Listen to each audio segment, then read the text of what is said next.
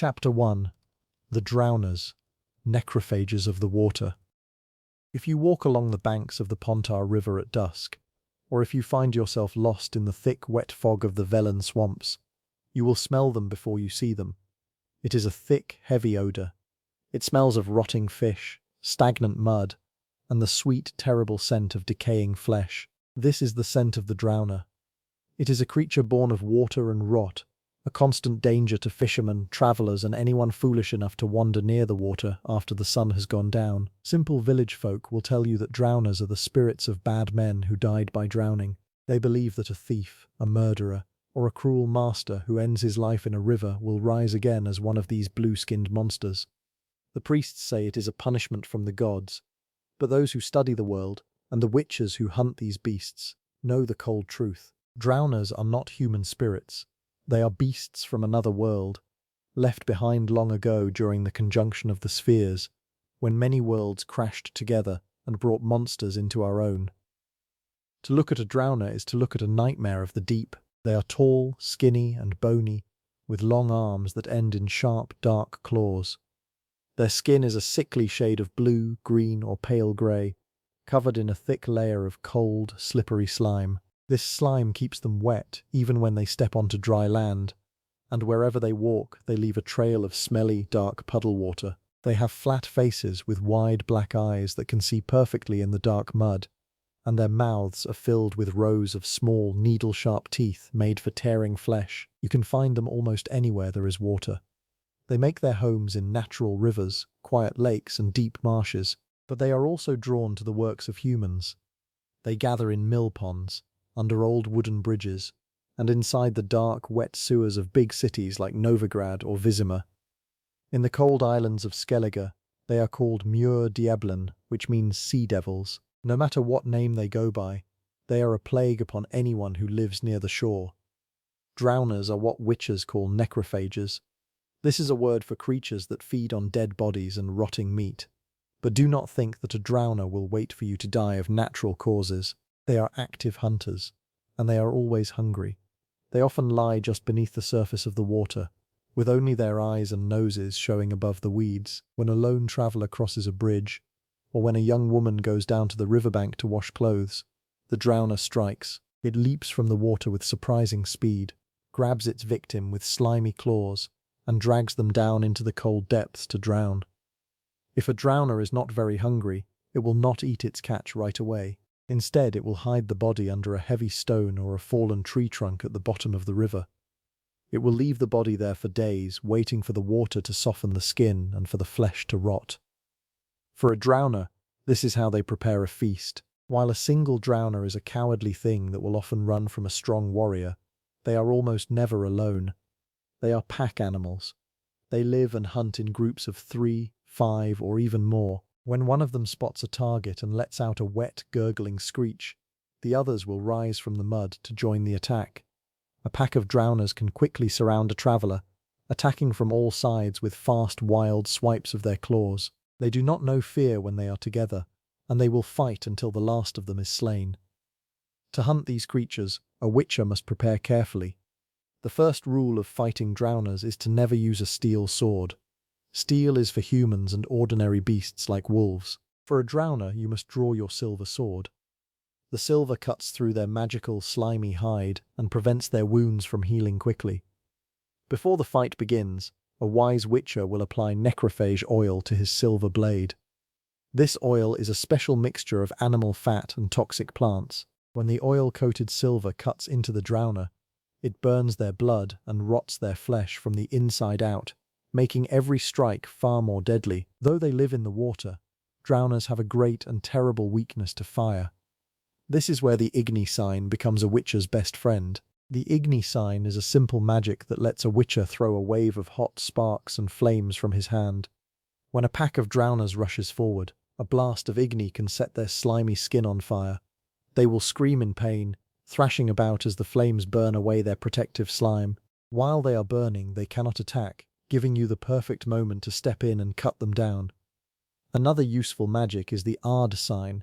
This is a blast of pure telekinetic force, like a hard wall of wind. If you find yourself surrounded by 3 or 4 drowners, A quick ARD sign can knock them to the ground or stun them.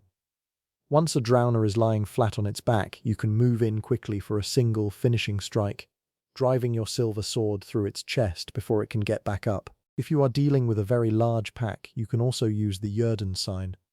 This magic places a glowing purple circle of runes on the ground. Any drowner that steps into this circle will find its movements greatly slowed, making it easy for you to step around their claws and strike them from behind.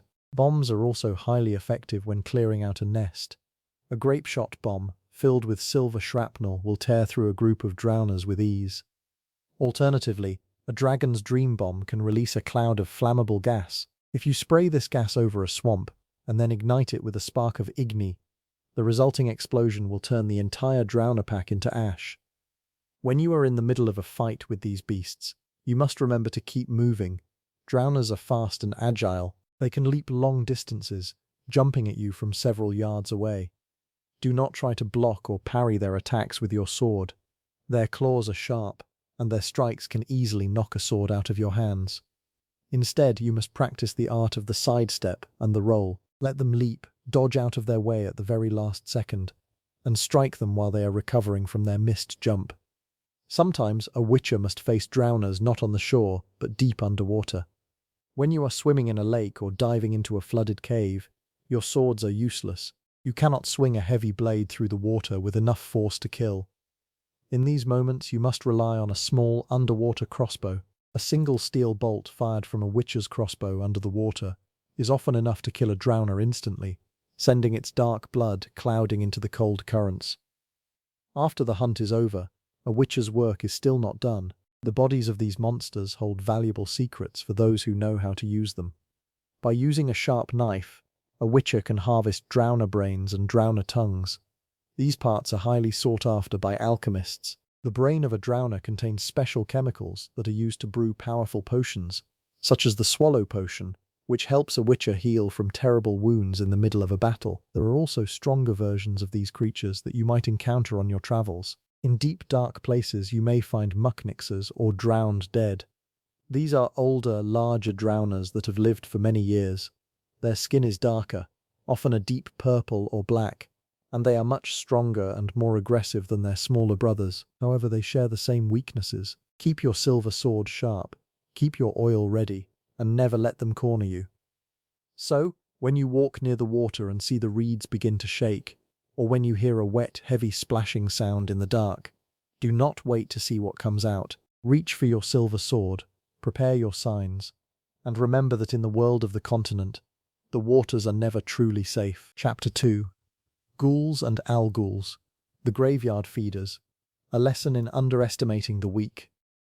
The smell of a battlefield or an old graveyard is something you never forget. It is a thick, heavy scent of damp earth, rot, and cold stone. In the northern kingdoms, where wars are common and plagues strike without warning, this smell is everywhere, and where there is death, there are always those who come to feed. They are called necrophages, a word that simply means eaters of the dead. Among them, the most common, and perhaps the most misunderstood, are ghouls and their larger cousins, the Alghouls. Many simple folk make the mistake of underestimating ghouls. They see them as mere beasts, like wild dogs that have grown too large and lost their hair. A peasant might think that a sturdy pitchfork and a loud shout are enough to drive a ghoul away from a fresh grave. This is a fatal mistake. To underestimate a ghoul is to invite a swift and painful death. These creatures may look like mindless animals, but they are fast, strong, and highly aggressive when they sense warm flesh. A ghoul is a pale, hairless creature that walks on all fours, though it can stand on its hind legs to strike.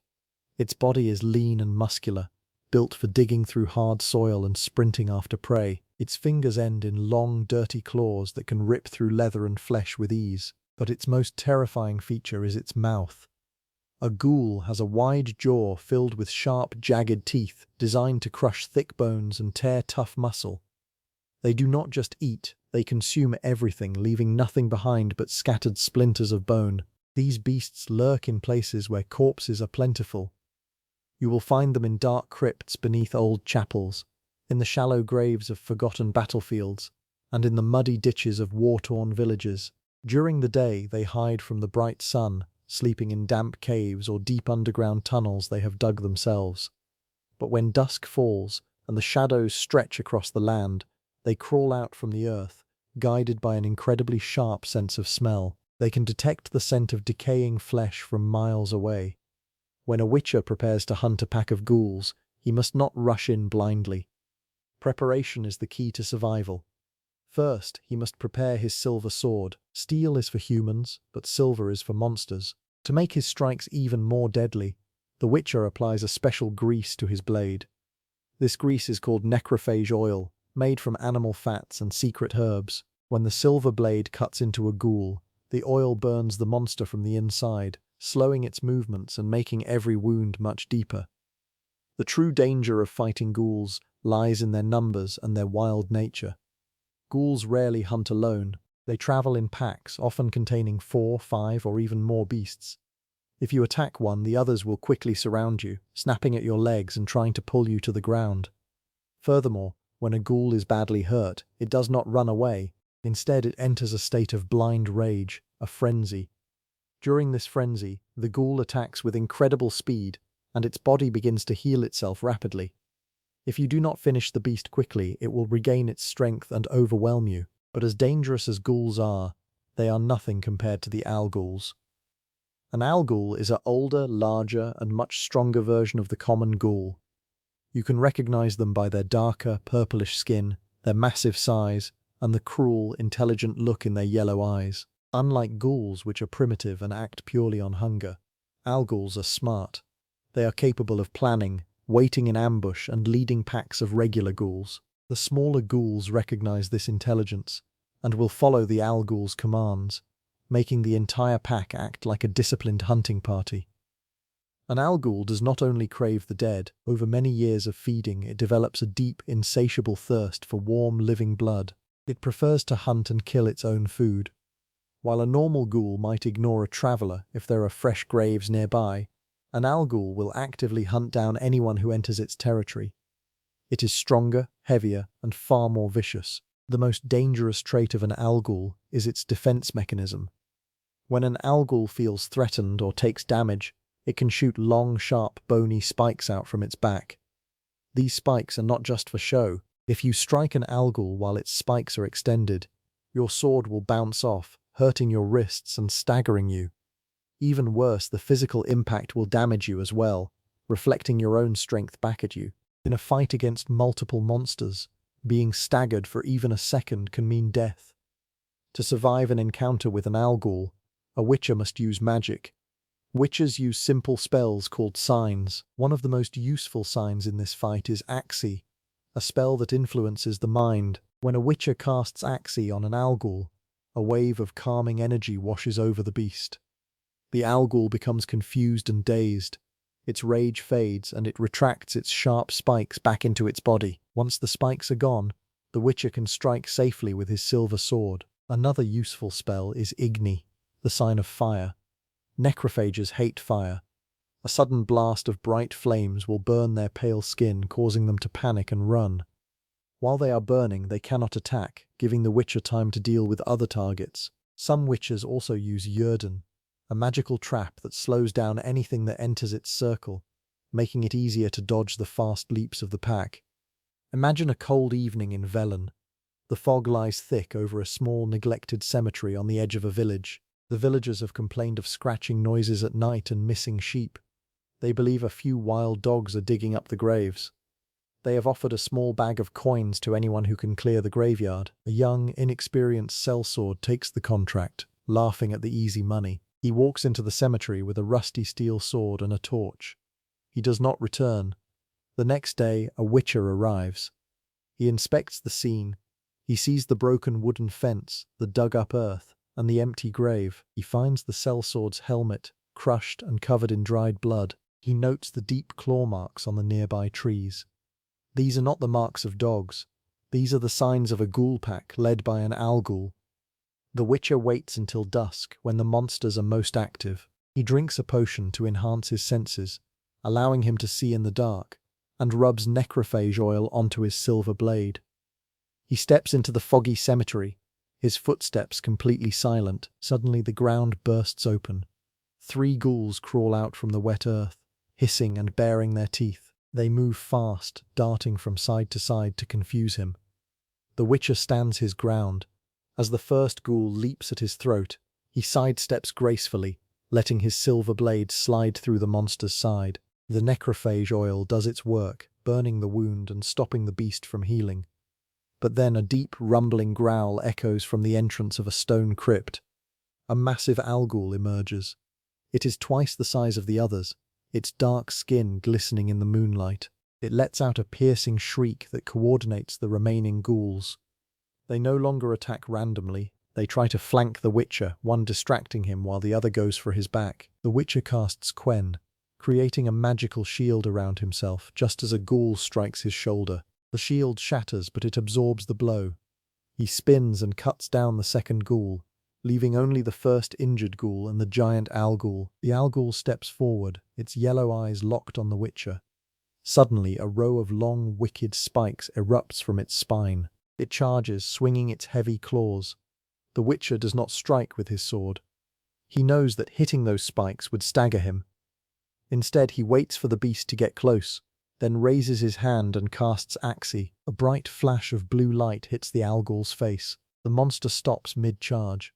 Its eyes go dull, its jaw slacks, and with a soft clicking sound, the sharp spikes slowly slide back under its skin. The beast is defenseless. The Witcher moves with perfect precision.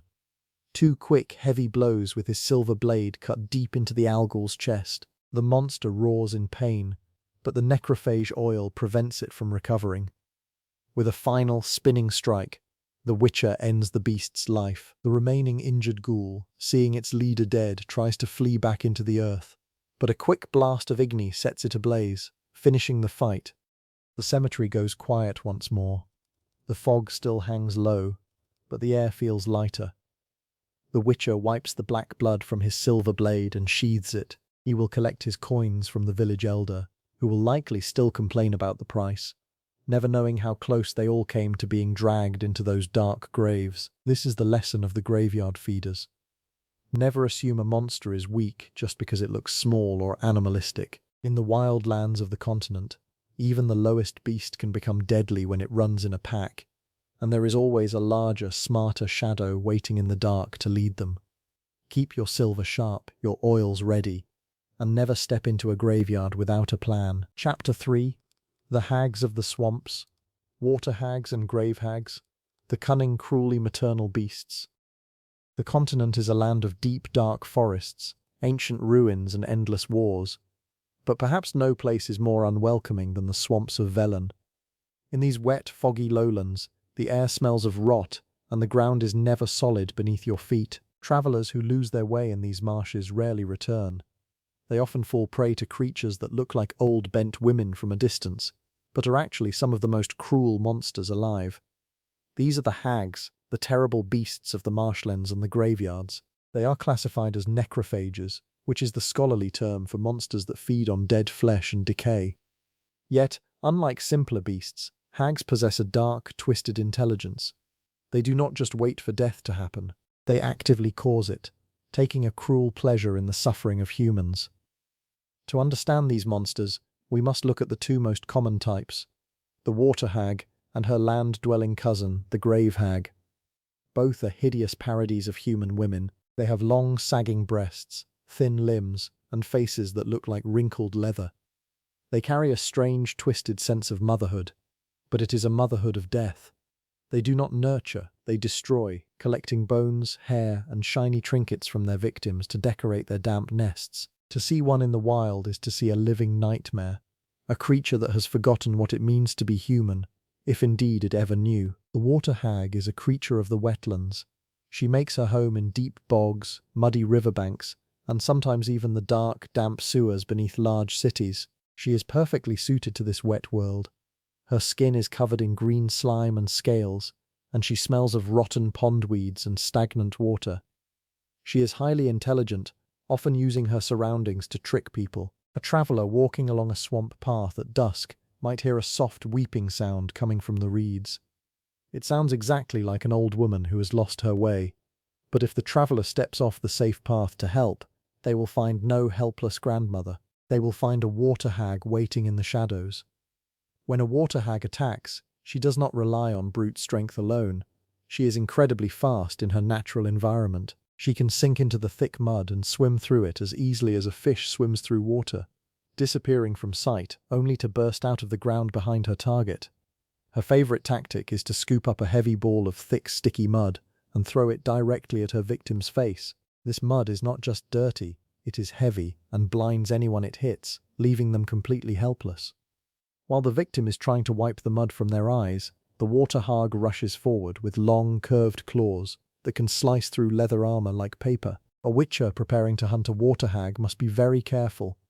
Before entering the swamp, he will prepare his silver sword, the weapon used for magical and monstrous beasts.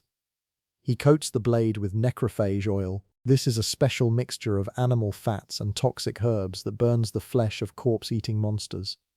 The witcher must also rely on his signs, the simple magic spells that witchers can cast with a flick of their fingers. Even though the water hag lives in water, she is surprisingly weak against fire. Her dry, mossy hair and the oily slime on her body catch fire very easily. A blast of the Igni sign, which shoots a stream of hot sparks, can set the hag ablaze, stopping her in her tracks and causing her to scream in agony. While the water hag rules the wet mud, the grave hag claims the dry earth. As her name suggests, this creature is found near places of death. She lurks around village cemeteries, fresh battlefields, and the ruins of abandoned settlements where bodies have been left unburied. The grave hag is thinner and paler than her water-loving cousin. With skin that looks like grey parchment stretched tight over a skeleton, she feeds primarily on human corpses, digging up graves with her long shovel-like claws to get at the rotting meat inside. But the grave hag does not limit herself to the dead. She is highly observant. She will sit on the edge of a graveyard for days, watching a nearby village. She learns the habits of the villagers, noting who lives alone and when the guards go on patrol. Under the cover of a dark, moonless night, she will creep into the village. She targets huts on the very outskirts, especially those inhabited by lonely old men or women. She can easily overpower these victims, securing food for several weeks. More terrifyingly, grave hags are known to kidnap young children who wander too close to the graveyard. They take them back to their dark dens, where they keep them in cages before preparing their grim feasts. Fighting a grave hag is a test of a witcher's speed and reflexes. She is much faster on land than the water hag, moving with a quick, skittering gait that makes her difficult to hit. Her most dangerous weapon is not her claws, but her tongue. It is incredibly long, muscular, and whips out of her mouth like a striking snake. This tongue is covered in a highly toxic saliva containing cadaverine, a poison found in decaying flesh. If the tongue strikes a witcher, the poison can enter his bloodstream, causing blindness, dizziness, and sudden paralysis. A single scratch from her filthy claws can also cause a deadly infection. To survive a battle with a grave hag, a witcher must use every tool in his arsenal. Speed is key, but the hag is often faster. To level the playing field, a witcher will cast the Earden sign. This spell creates a glowing purple circle of magic on the ground. When the grave hag steps inside this circle, her movements are drastically slowed down, as if she is moving through thick honey. This gives the witcher the precious seconds he needs to dodge her whipping tongue and strike with his silver blade. Another vital defense is the black blood potion. A witcher will drink this potion before the fight. It is a dangerous mixture that turns the witcher's own blood into a deadly poison for necrophages. If the grave hag manages to bite the witcher or lick his blood, the toxic mixture will burn her from the inside, weakening her and slowing her down even further. The witcher will also keep the Quen sign active, which creates a protective magical shield around his body to absorb any sudden blows or tongue strikes. A successful hunt of either hag requires patience and a cold heart. These are not tragic creatures like some curses that can be lifted with a clever ritual. They are pure predators, born of decay and sustained by the flesh of the living and the dead. They are a dark reminder of what happens when the wilderness reclaiming the lands of men. When a witcher finally drives his silver sword through the heart of a hag, he does not feel pity. He only feels the quiet satisfaction of knowing that for one more night, the children of the nearby village can sleep without fear of the dark shadows waiting in the swamp. Chapter 4. Wraiths and the Noonwraith. Spirits, curses, and unresolved pain. Death is not always the end of a story. In the dark corners of the continent, some souls are denied the peace of the grave. They are bound to the earth by terrible curses, sudden violence, or the heavy weight of unfinished business. When a person dies with deep anger, sorrow, or regret in their heart, their spirit can twist into something dangerous. These lost souls become wraiths. They are trapped between the world of the living and the world of the dead, unable to move on, and filled with a bitter hatred for anyone who still draws breath. To hear the long, mournful howl of a wraith in the dark is to know true dread. These spectres do not belong in our world, yet they linger in the places where they suffered.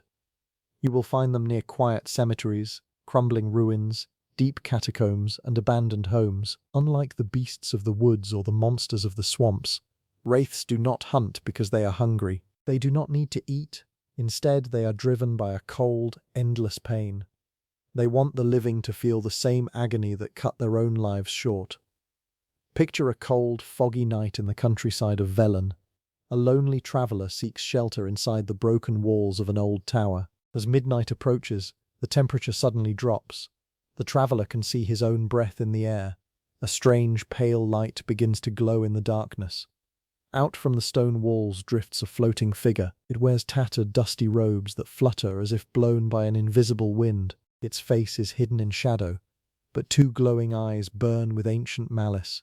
In its hand it holds a rusted lantern and a ghostly sword. This is a common wraith, a sad remnant of a life ended by violence. For an ordinary soldier or a peasant, meeting a wraith is a death sentence. Normal weapons are useless against them. If you swing an iron sword at a wraith, the blade will simply pass through the cold mist of its body, doing no damage at all. The spirit will then teleport behind you, striking with its ghostly blade. The wounds inflicted by a wraith do not just bleed, they burn with the freezing chill of the grave, draining the victim's strength and will to live. This is why the people of the continent must hire a witcher. A witcher understands that fighting a spirit requires preparation, knowledge, and magic. Before the silver sword is even drawn from its scabbard, a witcher must prepare his tools. The first and most important tool is spectre oil. This is a special grease made from fat and specific herbs. When rubbed onto a silver blade, the oil burns the unnatural essence of the spirit, allowing the sword to cut through its ghostly form. However, even a silver blade coated in spectre oil cannot hurt a wraith if the creature remains immaterial. To defeat a spectre, a witcher must force it into our physical world. He does this by casting the Earden sign. When a witcher places his hand near the ground and releases his magic, a glowing purple circle of energy appears on the earth. This is a magical trap. When a wraith drifts into this circle, the magic binds its spirit, forcing it to take a solid physical form. Only then can the silver sword bite deep into its pale flesh. Another clever trick in a witcher's arsenal is the moondust bomb. This small silver canister is filled with tiny, glittering particles of silver. When the bomb explodes near a wraith, the silver dust clings to its tattered robes and glowing form. This dust prevents the spirit from turning invisible or teleporting away, keeping it vulnerable to the witcher's swift attacks. While common wraiths haunt the cold, dark hours of the night, there is another, even more tragic spectre that hunts under the blazing sun. This is the Noonwraith. In the fertile fields of White Orchard and Velen, peasants know the dangers of the midday heat. They do not stop working at noon just to rest their tired muscles or escape the sun. They do it because they fear the Noonwraith. The Noonwraith is born from a very specific and terrible tragedy. She is always the spirit of a young woman who died a violent death just before her wedding day. Perhaps she was murdered by a jealous lover, or perhaps she took her own life out of unbearable grief. The intense pain of her broken heart, combined with a cruel curse, traps her spirit in the very fields where she once walked. When the sun reaches its highest point in the sky and the heat becomes oppressive, the Noonwraith appears. She looks like a tall, thin woman dressed in a torn, dirty white wedding dress. Her skin is dark and dry, burnt by the sun, and her face is a rotting skull. She drifts slowly through the tall grass, dancing a silent, lonely dance. The Noonwraith hates the living, especially those who are young and happy.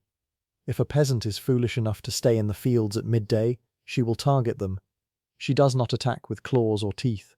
Instead, she forces her victim to join her in her frantic dance. She spins them around and around under the searing sun. The victim cannot stop, cannot breathe, and cannot escape.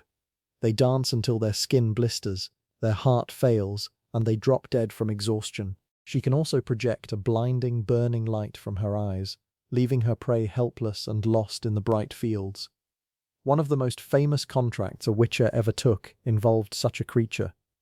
In an abandoned village, a Noonwraith haunted a deep well. Long ago, she had been a happy young bride named Claire. She wanted nothing more than to live in peace with her husband. But a brutal man murdered her and threw her body down the well.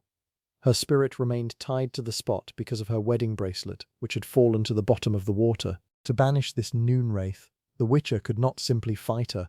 He had to investigate. He searched the empty huts, read an old diary, and eventually swam down into the dark water of the well to find the lost bracelet. Then he pulled her dry skeleton from the depths. By burning the bones and the bracelet together, he broke the tie that bound her to the physical world. Only then could she be put to rest. When a witcher must fight a Noonwraith, the battle is fierce and exhausting. Like her night-dwelling cousins, she is a ghost. She must be trapped inside the purple light of the Yrden sign or coated in moon dust before she can be harmed. But she has another dangerous ability. When she is badly hurt, she will split into several identical copies of herself. These illusions look just like her, and they dance around the field, slowly draining the life force of the witcher to heal the main spirit. During this moment, a witcher must act fast. He cannot let the illusions heal the Noonwraith. He can use his crossbow to shoot them from a distance, or strike them quickly with his silver sword. A single hit will make an illusion disappear. Alternatively, a clever witcher might run far away from the field, waiting for the illusions to fade on their own before returning to finish the fight. Slaying a Noonwraith or a common wraith with a sword is a mercy, but it is often only a temporary solution. For a spirit to truly find peace, the root of their pain must be addressed. A witcher is more than just a killer of monsters.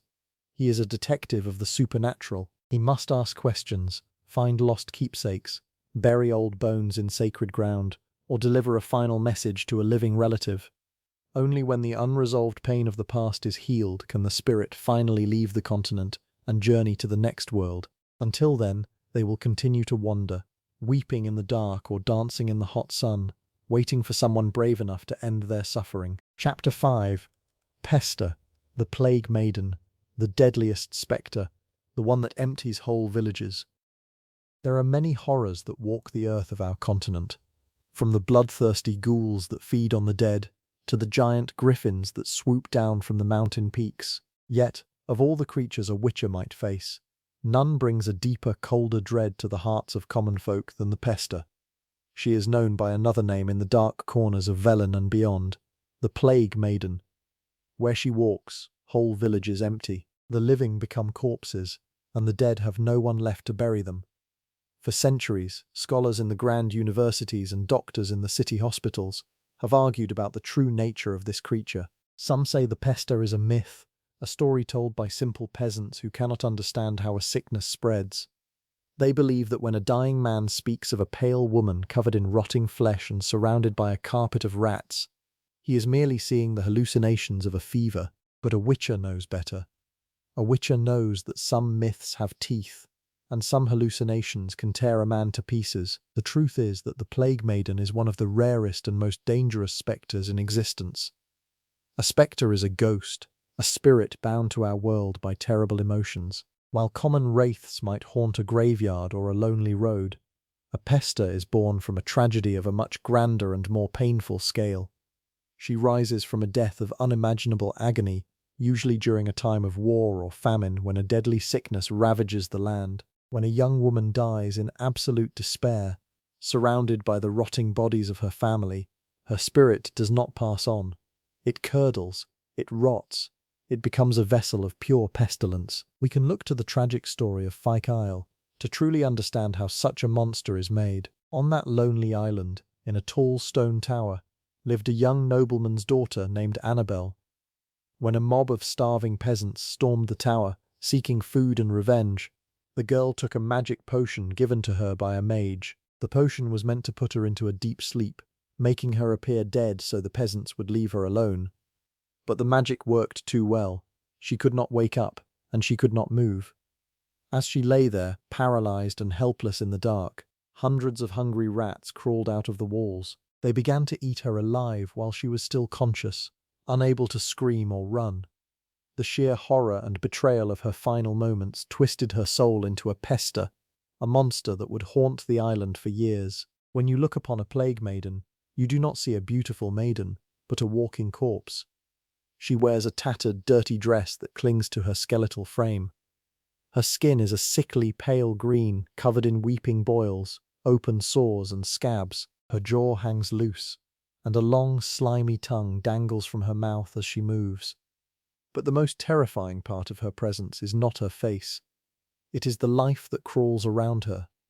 A Pesta is never alone. She is always surrounded by a thick cloud of buzzing, biting flies, and a living carpet of fat, aggressive rats that run before her feet. There is an old question that peasants ask. Does the Pesta bring the plague with her, or is she simply drawn to the places where people are already dying? The truth is likely both. She is born from the sickness, but she also feeds on the misery it causes. She delights in the sound of crying children, the moans of the sick, and the desperate prayers of the dying. She will wander through a village at night, tapping on windows and doors. Those who look out at her are marked for death. Within days, the fever takes them, and the Pesta watches from the shadows, growing stronger on their pain. Hunting a Pesta is a task that few witchers would take for gold alone. The danger is simply too high.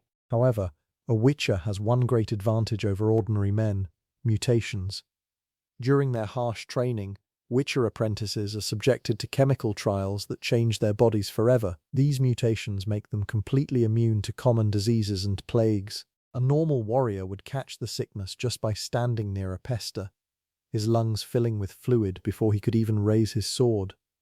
A witcher can breathe the poisoned air and keep fighting, but even with this immunity, the physical claws of the spectre and her swarms of beasts can easily end a witcher's life. Preparation for this hunt begins long before entering the monster's lair. A witcher must find a quiet place to brew his potions and prepare his blade. The first and most important tool is spectre oil.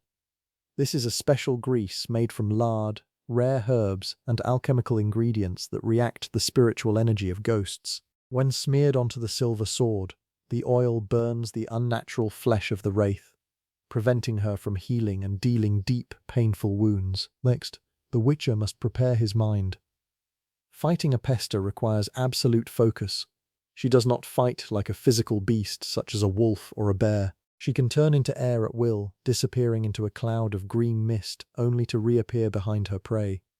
She will summon swarms of flies that bite at the eyes, blinding the hunter, and she will command rats to bite at his ankles, slowing his movements. When the witcher finally tracks the Pesta to her lair, usually a damp, rotting cellar, an abandoned hospital, or a ruined tower, the air will feel heavy and cold. The smell of decay will be thick enough to choke a normal man. The silence is broken only by the scratching of tiny claws in the dark. Suddenly, the temperature drops further, and the green glow of the spectre appears. The battle begins with a rush of wind and a high, piercing shriek that can make a man's ears bleed. The Pesta will immediately try to blind her opponent by sending her swarms of flies. To survive, the witcher must rely on his magical signs, which are simple spells cast with hand gestures. The most crucial sign in this fight is Yrden. When the witcher casts Yrden, he draws a glowing purple circle of magic on the ground. This circle acts as a trap for spiritual entities. If the witcher tries to strike the Pesta while she is floating freely, his silver sword will simply pass through her like smoke, doing no damage at all. But if he can bait the spirit into the purple light of the Yrden circle, the magic forces her to take a solid, physical form. Inside the circle, her ghostly power is weakened, and she can no longer turn into mist to escape. This is the moment to strike. With the spectre oil glistening on his silver blade, the witcher must deliver fast, heavy blows, cutting through her rotting flesh. But the Pesta is a cunning fighter. She will not stand still and let herself be destroyed. She will scream, releasing a wave of pestilence that can poison the air. To protect himself from this toxic breath and her sharp claws, the witcher must cast the Quen sign. This sign creates a temporary shield of golden energy around his body, absorbing the force of her blows and keeping the poison at bay. The fight is a deadly dance. The Witcher must dodge the swarms of biting flies that circle the room, step around the waves of rats that try to drag him down, and keep the Pesta trapped within the magical circle of Eärden. If the circle fades, he must cast it again immediately, all while maintaining his shield and finding openings to strike with his silver sword. With every cut of the silver blade, the Pesta grows weaker. The green light around her begins to flicker, and her shrieks turn from anger to pain. Finally, with a decisive strike, the Witcher severs the bond holding her spirit to the physical world. The spectre bursts into a cloud of harmless dust and fading embers, leaving behind only a pile of dry bones, a few scurrying rats that quickly flee into the shadows, and the quiet of the grave. When the battle is over, there is no grand celebration. The Witcher wipes the black blood and spectre dust from his silver sword, sheathes it, and walks back into the light. He has saved a village, perhaps even a whole valley, from a slow and agonizing death. Yet there is always a lingering sadness when dealing with a Pesta. The monster was once a living person, a woman who suffered a fate so terrible that her very soul was twisted into an instrument of horror. As the Witcher rides away on his horse, leaving the quiet ruins behind, he knows that the world will always have room for such tragedies. As long as there is war, as long as there is hunger, and as long as humans treat each other with cruelty, the spirits of the dead will find reasons to linger, waiting in the dark for a silver sword to finally bring them peace. Chapter 6. Nekkers and Trolls. Ogroids. One a swarming pack, the other almost tragicomic. In the deep and untamed corners of the continent, there exists a family of monsters known as the Ogroids. These creatures are defined by their thick hides, great physical strength, and ancient origins. Yet, within this single family, a Witcher will find two of the most contrasting beasts in the world. On one hand, you have the Nekker, a small, naked, and terrifying creature that hunts in massive, screaming packs. On the other hand, you have the Rock Troll, a giant, slow-moving beast made of stone and clay, whose simple mind and strange habits make him both a deadly threat and an almost funny, tragic companion. To survive the wildlands, a Witcher must understand both the chaotic swarm of the Nekker and the stony stubbornness of the Troll. Let us begin with the small terrors that hide in the shadows of the woods. If you are walking through the damp forests of Velen or the paths of Redania, you might hear a high-pitched, screeching laugh coming from the bushes. If you do, you must draw your silver sword immediately. You are dealing with Nekkers. At first glance, a single Nekker does not look like much of a threat. From a distance, a traveller might even mistake it for a small, deformed child. It is short, bald, and has no nose. Its skin is a sickly grey or pale red, and its arms are unnaturally long, reaching almost to the ground. At the end of these long arms are three sharp, dirty claws. Its face is dominated by a huge mouth filled with sharp, needle-like teeth. A single Nekker is a coward. It will hesitate, hiss, and hide behind trees, afraid to attack a grown human. But a Witcher knows that a Nekker is never truly alone. They are pack animals. If you see one Nekker, there are likely 10 more hiding right beneath your feet. They are masters of digging. They live in complex underground tunnels and can burst out of the soil in a matter of seconds, surrounding an unsuspecting traveller before he even has time to scream. When the pack attacks, all cowardice disappears. They move with incredible speed, jumping and clawing from all sides. While you try to block one in front of you, 3 others will leap onto your back, biting at your neck and scratching at your eyes. Their claws are filthy, often carrying diseases that can cause a victim to bleed out or suffer from terrible infections. Within these packs there is often a leader, known as a Nekker warrior. These warriors are larger, stronger, and much more aggressive. They wear primitive helmets made of animal skulls or pieces of wood to protect their heads, and they paint their bodies with mud and blood. A Nekker warrior guides the pack, barking orders in their strange guttural language. Under the warrior's command, the pack becomes a coordinated hunting force. To survive a Nekker ambush, a Witcher must rely on speed and crowd control. This is not a fight for slow, heavy movements. A Witcher must use fast, sweeping strikes with his silver sword to keep the creatures at bay. Before the fight even begins, Applying ogroid oil to the silver blade is highly recommended. This special alchemical oil, made from animal fat and specific herbs, burns the flesh of ogroids, making every cut of the sword far more lethal. Because Nekkers rely on numbers, bombs are incredibly useful. A grape-shot bomb, filled with sharp metal shrapnel, can blow a group of Nekkers to pieces in an instant. Another excellent choice is the Northern Wind Bomb, which releases a blast of extreme cold. This freezes the swarming Nekkers in place, allowing the Witcher to shatter them with a single blow. Signs are also vital in this fight. The Igni sign, which shoots a wave of fire from the Witcher's hand, is highly effective. Nekkers have no armor or clothes, so their bare skin burns easily. The smell of burning flesh will often panic the remaining creatures, sending them running back into their holes. However, killing the pack is only a temporary solution. To truly rid an area of Nekkers, a Witcher must find and destroy their nests. These nests look like mounds of dirt and bone, built over the entrances to their tunnels. A Witcher must drop a bomb, such as a grape shot or a dancing star, directly into the nest to collapse the tunnels and burn out the breeding grounds. Only then can the local villagers sleep safely at night. Now, let us leave the screaming swarms of the forest and climb up into the rocky hills and mountain passes. Here you will find a very different kind of ogroid. You might hear a deep, booming voice trying to sing a song, or you might see what looks like a pile of large boulders suddenly stand up on two thick legs.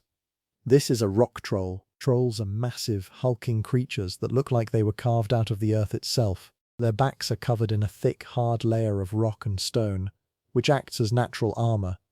Their skin is leathery and tough, and their arms are as thick as tree trunks, ending in heavy, club-like fists. What makes trolls truly unique, and often tragicomic, is their mind. Unlike Nekkers, trolls are capable of simple reasoning. Many of them have learnt to speak the human language, though they speak it in a very basic, broken way. They struggle with long words and complex ideas, often referring to themselves in the third person. They have a childlike view of the world, but they possess the strength of 10 men, which makes their childish tantrums incredibly dangerous. Trolls are obsessed with a few simple things: cooking stew, guarding bridges, and building walls. They love to make soup out of anything they can find, including vegetables, wild beasts, and unfortunately travelers who wander too close to their camps. They do not eat humans out of malice or evil intent. To a troll, a human is simply a very tasty ingredient for a good broth. This simple-mindedness leads to situations that are both funny and sad. A Witcher might encounter a troll who has been hired by a local army to guard a boat or a bridge. The troll, taking his job very seriously, might decide that the best way to keep the boats safe is to chop them up and build a wooden fence around them. Or he might decide that to protect the soldiers, he must eat them so they do not get hurt by the enemy. Because of their ability to reason, a Witcher's code often prevents him from killing trolls if they are not actively causing harm to innocent people. A Witcher will always try to talk to a troll first. Sometimes, a simple trade of vodka, paint, or a few kind words can convince a troll to stop blocking a road or to let a prisoner go. Trolls can be surprisingly loyal and friendly if you treat them with respect and speak to them slowly, but there are times when words fail. Some trolls are corrupted by anger, or they have tasted human flesh and refuse to eat anything else.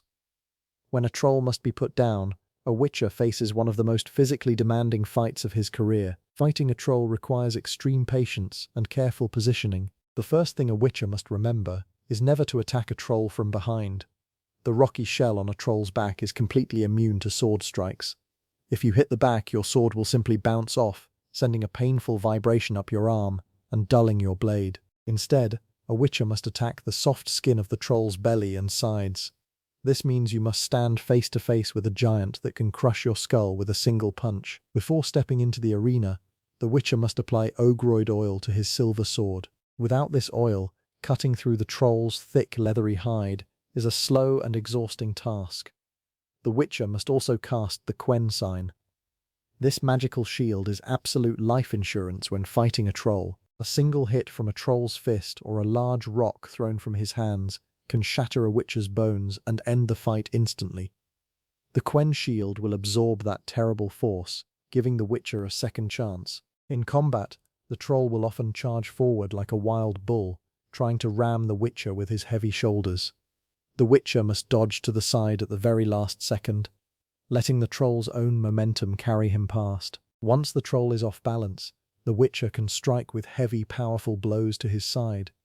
Trolls also have a habit of shielding themselves. When they take too much damage, they will curl up into a ball, hiding their soft belly under their rocky back and arms. During this state, it is useless to attack. The Witcher must wait, keeping his distance, and prepare for the moment the troll opens up again. If the troll tries to keep his distance, he will bend down and rip massive chunks of stone out of the earth, throwing them with terrifying accuracy. The Witcher must stay mobile, dancing around the battlefield and closing the gap before another rock can be thrown. When the giant finally falls, the forest or the cave goes quiet. It is a victory, but rarely one that brings joy. Slaying a pack of Nekkers feels like cleaning a dirty wound, removing a mindless plague from the earth. But slaying a troll often feels like putting down a giant, confused dog. Such is the life of a Witcher. The Bestiary is not just a list of targets to be destroyed. It is a guide to understanding the wild world. Whether you are facing 100 screaming Nekkers in the dark woods, or a single lonely troll who just wanted to paint a shield, you must use your mind as much as your sword. Keep your blades sharp, your potions ready, and always watch the shadows. Chapter 7. Griffins, rulers of the sky, noble and lethal. High above the jagged peaks of the Blue Mountains, where the wind blows cold and the clouds rest upon the stone, a shadow glides across the sun. It is a creature of ancient power, an absolute ruler of the sky. For centuries, humans looked up at this magnificent beast with a mixture of awe and terror. They painted its likeness on the shields of kings and the gates of grand cities, calling it a symbol of courage and noble strength. But to a Witcher, a griffin is not a heraldic symbol. It is a massive, highly territorial predator that will tear a man to pieces just as easily as it would a mountain goat. A griffin is a striking and terrible hybrid, a creature that seems to have been stitched together from two of the world's most dangerous hunters. It possesses the muscular body, heavy paws, and powerful tail of a great forest cat, combined with the wings, head, and razor-sharp beak of a giant bird of prey. Its feathers are often a mix of deep browns, golds, and whites, blending perfectly with the rocky cliffs and dry grasses where it makes its home. To see a griffin on the ground, walking with a heavy, swaying gait, can make it seem almost clumsy, but once those massive wings unfurl and catch the mountain breeze, all illusion of clumsiness vanishes. In the air, the griffin is a master of speed and grace, diving through the clouds with a terrifying silence. Originally, these creatures lived far from human eyes, nesting on the highest, most inaccessible peaks. They hunted wild game, soaring over deep valleys to catch sheep, deer, and small mountain animals. But as humans expanded, clearing forests and building settlements closer to the mountains, the griffins adapted. They discovered that human villages offered an abundance of easy prey. Why hunt a swift mountain goat when a fat, slow cow is standing tied to a fence? Why chase a clever wolf when a shepherd is sitting defenseless in an open pasture? Because of this, the griffin has become a common nightmare for farmers and travelers alike. They are no longer rare legends. They are active, lethal threats that strike from above, leaving nothing but broken bones and blood in the dirt. To understand how a griffin hunts is to understand the true meaning of sudden death. Their vision and sense of smell are extraordinarily sharp. A griffin circling high in the sky can spot a rabbit moving through the grass miles below, or smell the scent of blood from a fresh kill from leagues away. When a griffin spots its prey, it does not slowly circle down. It tucks its wings and dives in a near-vertical plunge, using gravity and its immense body weight to build terrifying speed. The force of a griffin slamming into a target from a dive is often enough to break a horse's spine instantly. If the target somehow survives this initial impact, the griffin immediately transitions into close combat. It uses its heavy, curved beak to snap bones and its sharp talons to inflict deep, jagged wounds that bleed heavily. What makes the griffin truly terrifying, however, is its intelligence and its capacity for deep emotion. Unlike many of the mindless monsters that crawl out of dark swamps, griffins are highly social within their own kind. They mate for life, forming deep, unbreakable bonds with their partners. They build massive nests on high cliffs or abandoned ruins, where they care for their eggs with fierce devotion. If a griffin's mate is killed, the surviving partner does not fly away to find another. It is consumed by a relentless burning rage. A grieving griffin will abandon its usual caution and wage a personal war against whatever killed its mate. It will attack caravans, slaughter entire herds of livestock, and terrorize villages for miles around, driven by a desperate desire for vengeance. This was the case in the small province of White Orchard, where a nesting pair of griffins was disturbed by a military patrol. The soldiers, ignorant of the creature's nature, killed the female griffin while she slept in her nest. They took her head as a trophy, leaving her body behind. They did not understand that they had just signed the death warrants of everyone in the valley. The surviving male, a massive royal griffin, went mad with grief. He began a ruthless campaign of terror, swooping down on unsuspecting travelers and butchering soldiers in broad daylight. It was a problem that could not be solved with spears or bows. It required the professional skills, the silver sword, and the cold patience of a witcher. Preparing for a griffin hunt is a meticulous process. A witcher does not simply walk into the monster's territory and hope for the best. To survive a clash with the ruler of the sky, one must prepare the mind and the body. First, the witcher prepares his silver blade, coating it with a special oil made from the fat of other hybrid beasts and specific mountain herbs. This hybrid oil seeps into the metal, ensuring that every strike of the silver sword burns the creature's flesh and disrupts its natural healing. Next come the potions.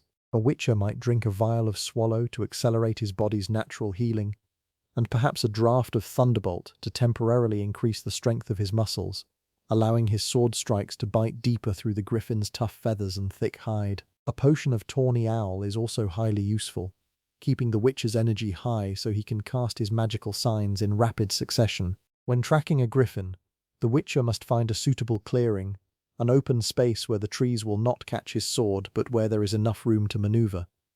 Griffins are highly territorial, and they can easily be lured into an ambush using the scent of fresh meat or a special call. Once the beast hears the challenge, it descends from the sky like a falling thunderbolt. In the first moments of the battle, the witcher's greatest challenge is bringing the beast down to the earth. A griffin in the air holds every advantage. It will swoop and dive, attempting to slash the witcher with its talons as it passes by. To counter this, a witcher relies on two primary tools. The first is a handheld crossbow. While a small bolt cannot kill a beast of this size, a well-aimed shot to the wing can disrupt its flight, forcing the heavy monster to crash land into the dirt. The second tool is the Ard sign, a blast of telekinetic force. When the griffin is diving directly at the witcher, a perfectly timed blast of Ard can catch the air beneath its wings, destabilizing its flight and sending it tumbling to the ground in a daze. This moment of disorientation is precious. While the griffin is struggling to regain its footing, the witcher must close the distance quickly and strike. Once on the ground, the griffin is still incredibly dangerous.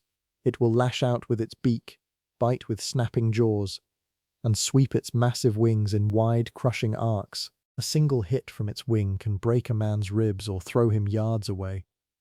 Therefore, the witcher must never stand directly in front of the beast. The key to survival is constant movement, using quick, short dodges to stay to the side or behind the creature, targeting its flanks and the joints of its wings. Protection is also vital. The witcher will cast the Quen sign, creating a temporary shield of magical energy around his body. If the griffin's razor-sharp beak manages to slip past the witcher's guard, the Quen shield will absorb the brunt of the impact, preventing a fatal wound and giving the witcher a chance to roll away and regroup. As the battle wears on, the griffin may attempt to take to the air once more to regain its advantage. A clever hunter will use bombs such as grapeshot to shatter the beast's concentration and keep it grounded. The shrapnel from a grapeshot bomb can tear through the griffin's sensitive wing membranes, making flight impossible and leaving it vulnerable to the silver sword. Slowly, the monster's movements will grow heavy. The silver blade, coated in hybrid oil, leaves deep burning wounds that drain the beast's strength. Its roars of anger turn to cries of pain and exhaustion. With one final, decisive strike to the neck, the ruler of the sky is finally brought low, its great wings stilling forever on the blood-soaked grass. Hunting a griffin is a stark reminder of the harsh reality of the continent. They are beautiful, noble creatures, symbols of a wild and untamed world. Yet, when their path crosses with humanity, conflict is inevitable. For the peasants of the valley, the death of the griffin means safety, a return to their quiet lives of farming and tending to their herds. For the witcher, it is simply another contract completed, another trophy collected, and another step along a long and dusty road. He wipes the blood from his silver blade, sheathes his sword, and prepares to move on, knowing that as long as the high peaks touch the sky, there will always be monsters waiting in the clouds. Chapter 8. Wyverns, Basilisks, and Cockatrices. The Draconids, false dragons with very real venom. To the untrained eye, a shadow gliding across the clouds is always a dragon. Simple peasants will look to the sky, see a massive scaled creature with great leathery wings, and panic. They will scream of flying beasts that spit fire, destroy entire villages, and carry away local maidens. But a witcher knows the truth. True dragons are incredibly rare, highly intelligent, and rarely bother with the small affairs of humans. What the peasants are actually seeing are the draconids. These are the false dragons.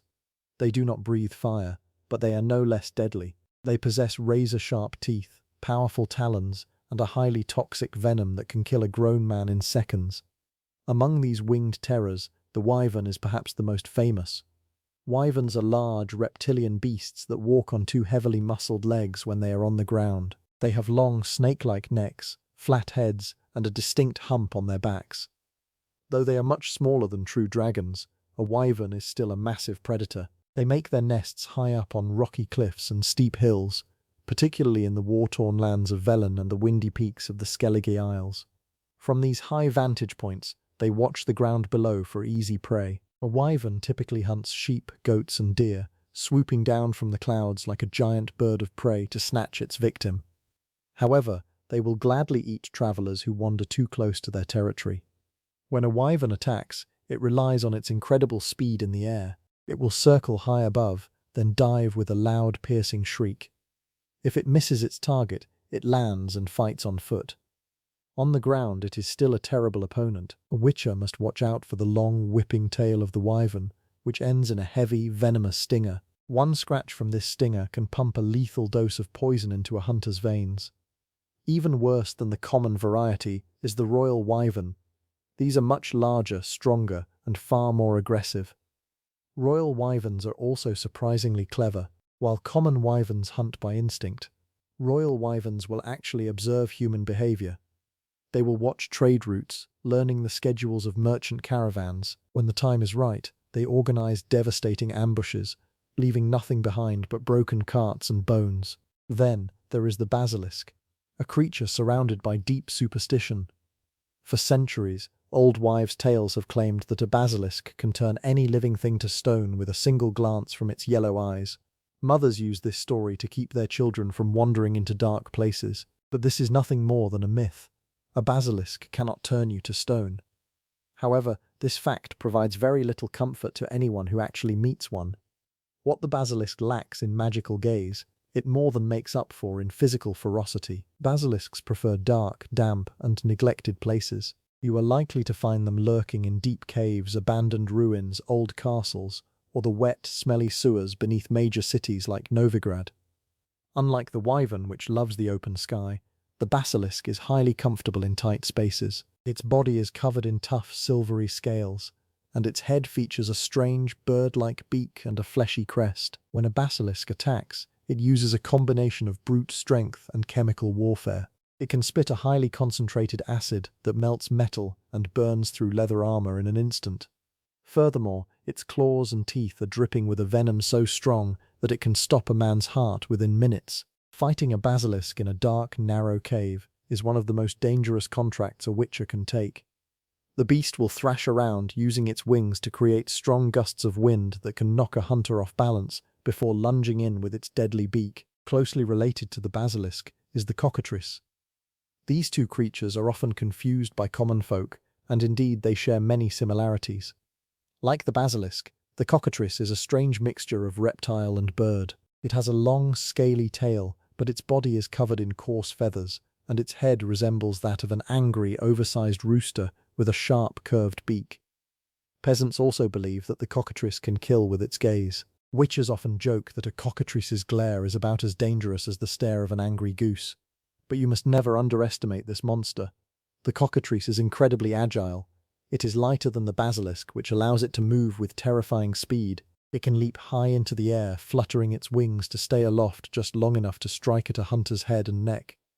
The cockatrice hunts by hiding in tall grass or thick bushes near lakes and rivers. When a target approaches, it springs out in a blur of feathers and scales. It uses its sharp talons to inflict deep, bleeding wounds. If a witcher is not careful, the cockatrice will quickly circle behind him, using its speed to strike from a blind spot. A famous contract in Velen involved a particularly large and aggressive cockatrice, known as the Shrieker, which terrorized a small village and killed several experienced hunters before a witcher finally put an end to its reign of terror. To survive a hunt against any of these draconids, a witcher must prepare thoroughly before stepping into their territory. The first and most important step of preparation is the creation of draconid oil. This special oil is made by melting down monster fat and mixing it with rare herbs like ergot seeds and cockatrice stomach. When applied to a silver sword, the oil reacts with the monster's scales, allowing the blade to cut much deeper and inflict devastating wounds. Without this oil, a witcher's sword might simply slide off the tough, armored hides of these beasts. Defending against their poison is the next priority. For this, a witcher drinks a potion called the Golden Aureole. This bitter, glowing liquid immediately neutralizes any toxins in the witcher's bloodstream. When under the influence of the Golden Aureole, a witcher can ignore the venomous sting of a wyvern's tail or the toxic spit of a basilisk. In fact, advanced versions of this potion can even turn the monster's poison into a healing agent, turning their greatest weapon into the witcher's advantage. When the fight begins, the biggest challenge is often bringing the beast down to the ground. A flying draconid has a massive advantage. To force them out of the sky, a witcher uses a small handheld crossbow. A well-placed bolt to the wing membrane will send a wyvern or cockatrice crashing down into the dirt, leaving them temporarily stunned. If a crossbow is not available, magical signs are the next best option. The Ard sign, which unleashes a powerful blast of telekinetic energy, is perfect for knocking a diving monster out of the air. As the beast swoops down to strike, a witcher can release an Ard blast directly into its face. The sudden force disrupts their flight, causing them to tumble helplessly onto the ground. Once the beast is grounded, the witcher must move in quickly to strike before it can regain its footing and take flight again. Another highly effective tool is the grape shot bomb. Packed with silver shrapnel and gunpowder, a grape shot bomb can be thrown at a flying monster to shred its wings. These bombs are also incredibly useful for destroying draconid nests, which are often filled with rotting bones and the remains of past victims. During close combat on the ground, a witcher relies heavily on the Quen sign. This sign creates a temporary magical shield around the witcher's body. Draconids are incredibly heavy, and even a single strike from their wings or talons can break bones through heavy armor. The Quen shield absorbs the force of these massive blows, giving the witcher a second chance to dodge and counterattack. Hunting these false dragons is a test of patience, reflexes, and preparation. A witcher must watch the skies, listen for the telltale screech of leathery wings, and keep his silver blade coated in oil. Whether tracking a wyvern on a windy cliff, cornering a basilisk in a damp sewer, or dodging the rapid strikes of a cockatrice in the tall grass, a hunter must never forget that while these beasts may not be true dragons, their teeth, claws, and venom are very real and very deadly. Chapter 9. Werewolves and the Cursed. When man himself becomes the beast. Among all the horrors that roam the lands of the continent, none are as tragic or as terrifying as the cursed ones. Most monsters, like the drowning dead of the swamps or the flying beasts of the mountaintops, came to our world during the conjunction of the spheres. They are alien creatures born from other realms. But the cursed ones are different. They are born right here, from our own blood and soil. They are the result of human anger, deep hatred, and terrible deeds. The greatest horror of the cursed ones is a simple, dark truth. They were once human. They were once husbands, sisters, fathers, and friends, before magic twisted their bodies and minds into something unspeakable. The werewolf is the most famous example of this dark magic. Many peasants believe that you become a werewolf if a beast bites you, but this is mostly a myth. True lycanthropy, the curse of the wolf, is born of a powerful spell. It is usually cast by a person who feels a great burning hatred. A jilted lover, a betrayed friend, or a dying priest might speak a curse with their final breath. The magic takes hold of the victim, sinking deep into their soul. Sometimes the curse is inherited. A child born to a werewolf will also carry the beast inside them. However, those born with the curse can sometimes control their transformations. Those who are cursed by magic have no such control. They are prisoners in their own bodies. Imagine the agony of the transformation. When the moon rises, or when the smell of blood fills the air, the curse awakens. The human body breaks apart from within. Bones snap and reshape themselves. Thick, coarse hair sprouts from the skin. The jaw stretches, teeth grow into sharp, tearing fangs, and human hands turn into massive claws. The mind of the human is pushed into a dark corner, forced to watch as a wild, bloodthirsty hunger takes over. The werewolf does not think like a man. It does not remember the people it loved. It only knows hunger, a burning, endless desire to hunt, kill, and feast on warm flesh. Werewolves usually live far away from human cities. They lurk in deep, dark forests, inside damp caves, or near abandoned ruins. By day, they might try to live as normal people. A simple woodcutter, a quiet hunter, or a lonely widow might carry the curse. They walk among their neighbors, trying to hide the dark mud on their boots and the stains of blood on their clothes. They live in constant, terrible fear. They know that when the night comes, they will lose control. They know they might wake up in the morning with the taste of human blood in their mouths, only to realize they have killed their own family. It is a lonely, miserable existence filled with guilt and dread. In the wild, cold islands of Skellige, the curse of the werewolf takes an even more savage form. The people of the islands call these creatures the Ulfodin. These beasts are larger, stronger, and far more aggressive than the common werewolves found in Velen or Redania. They roam the snowy mountain paths and rocky cliffs under the cold northern sky. While a common werewolf will often howl to summon packs of ordinary wolves to help it in battle, the Ulfodin fights alone. It does not need help. Its muscles are as hard as stone, and its speed is blinding. An Ulfodin can tear a fully armored Skellige warrior in half with a single strike of its claws. To hunt a werewolf, a witcher must prepare with great care. This is not a mindless monster that you can simply run at with a sword. A werewolf is incredibly fast. It can leap across great distances in the blink of an eye. It can dodge attacks and strike from the shadows. But its most dangerous power is its ability to heal. A werewolf has a magical, rapid regeneration. If a witcher cuts the beast, the wound will close almost immediately. If you stop attacking a werewolf even for a few seconds, its body will knit back together, and it will return to full strength. Many young witchers have died because they could not damage the beast faster than it could heal. The secret to defeating a werewolf lies in a witcher's alchemy. Before the hunt begins, a witcher must prepare cursed oil. This is a special mixture made from rare herbs like wolfsbane and the fat of other monsters. The witcher rubs this dark, thick oil onto his silver sword. When the silver blade cuts the werewolf, the cursed oil burns its flesh, causing deep, painful wounds that are much harder for the beast to heal. But the oil alone is not enough to stop the monster's rapid regeneration. For that, a witcher needs something more powerful. The most important tool in a witcher's bag when hunting a werewolf is the moondust bomb. This bomb is filled with tiny, glittering particles of silver.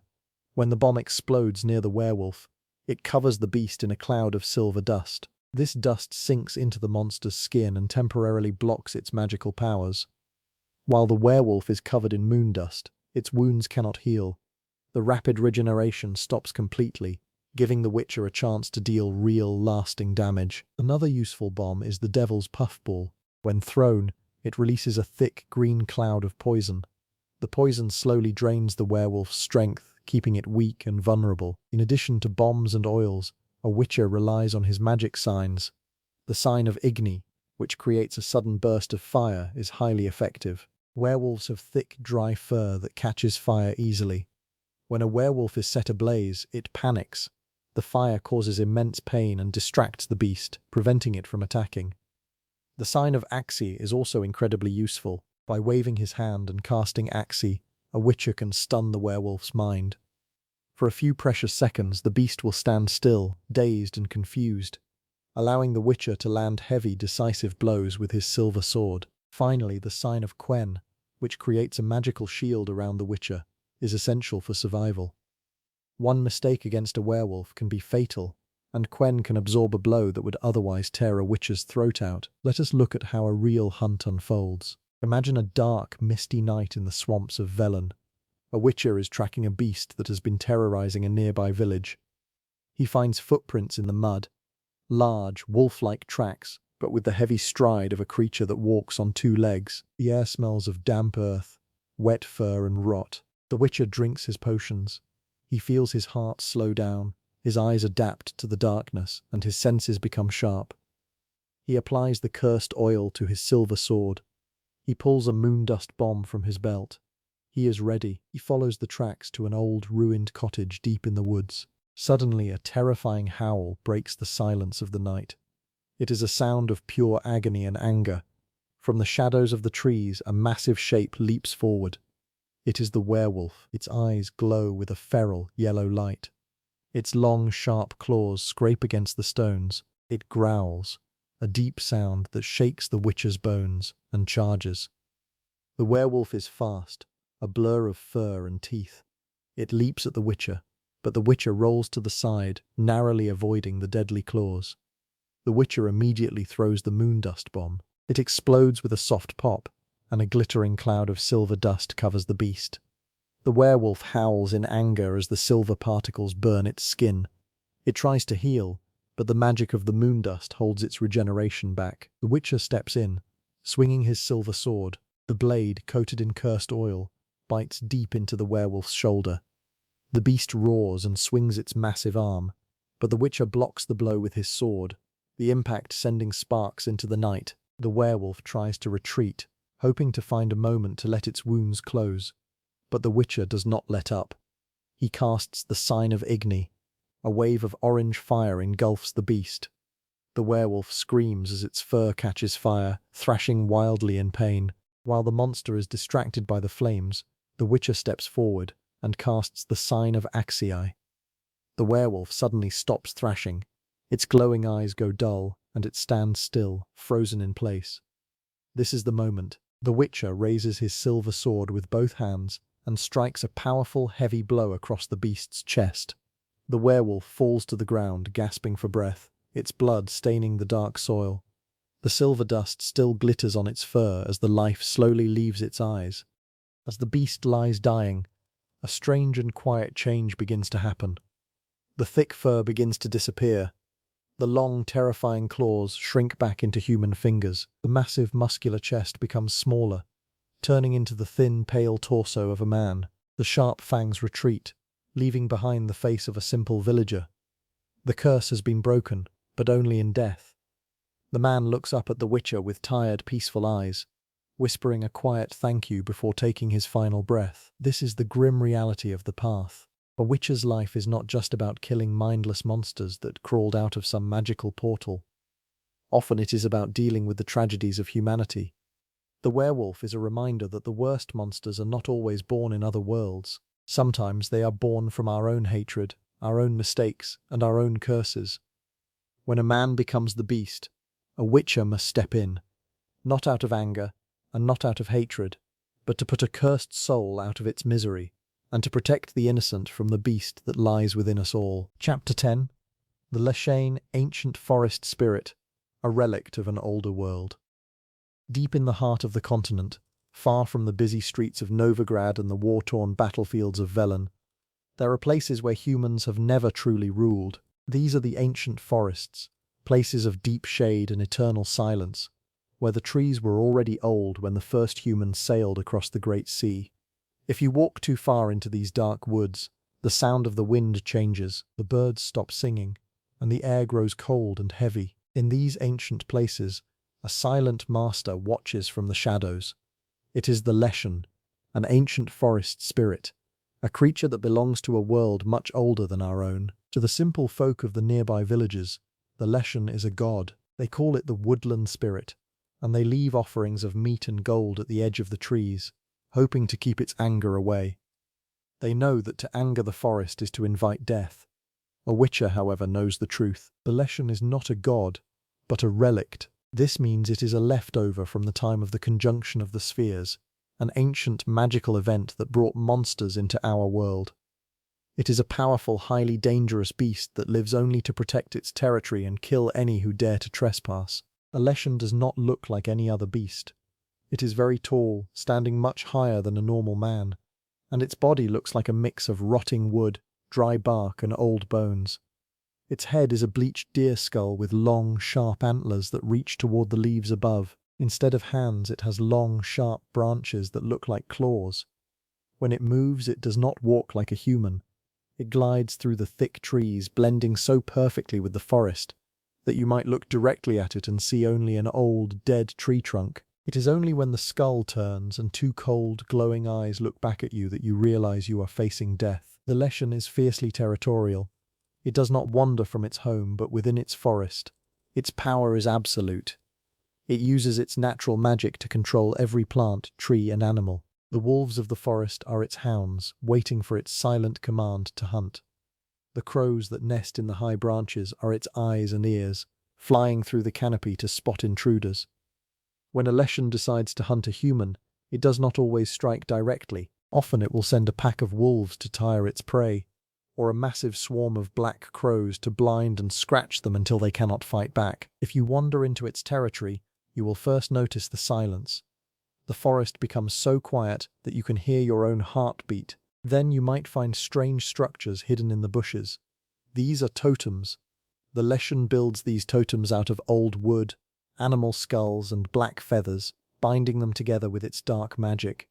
These totems are the anchors of its power. They connect the spirit to the land and make it almost impossible to kill. As long as these totems stand, the Leshen can heal its wounds and even return to life if its body is destroyed.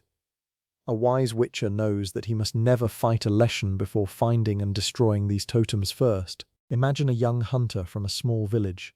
He is brave, perhaps too brave, and his family is hungry. He ignores the warnings of the village elders, who tell him never to enter the deep woods. He steps past the boundary stones, carrying his bow. At first, the hunt is good. He follows the tracks of a deer deep into the thicket, but as the sun begins to set, the air turns freezing cold. A thick fog rolls in from between the trees. The hunter turns to go back, but the paths look different now.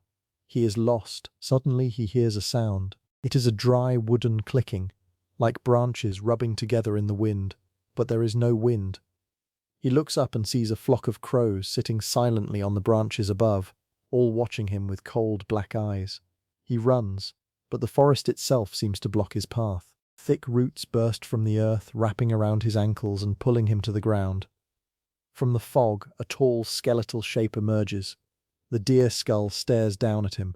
The hunter tries to scream, but the crows descend in a black cloud, and the wolves howl in the distance. The next morning, the forest is silent again, and the hunter is gone, leaving only his bow behind in the dirt. To hunt such a monster, a witcher must prepare with great care.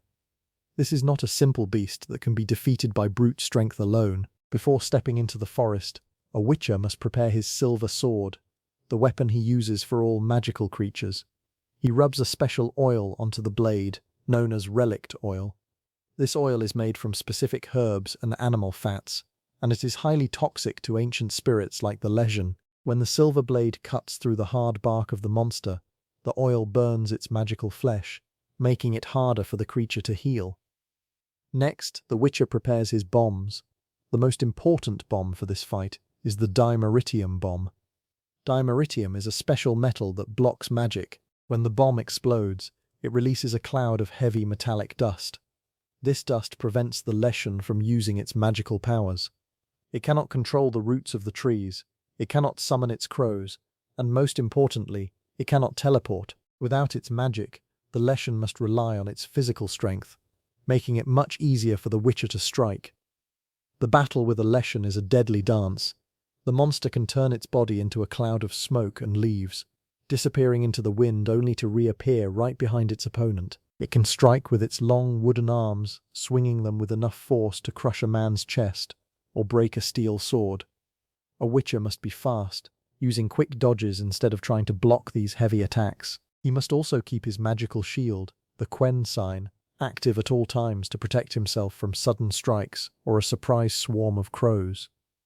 But the greatest weapon against a Leshen is fire.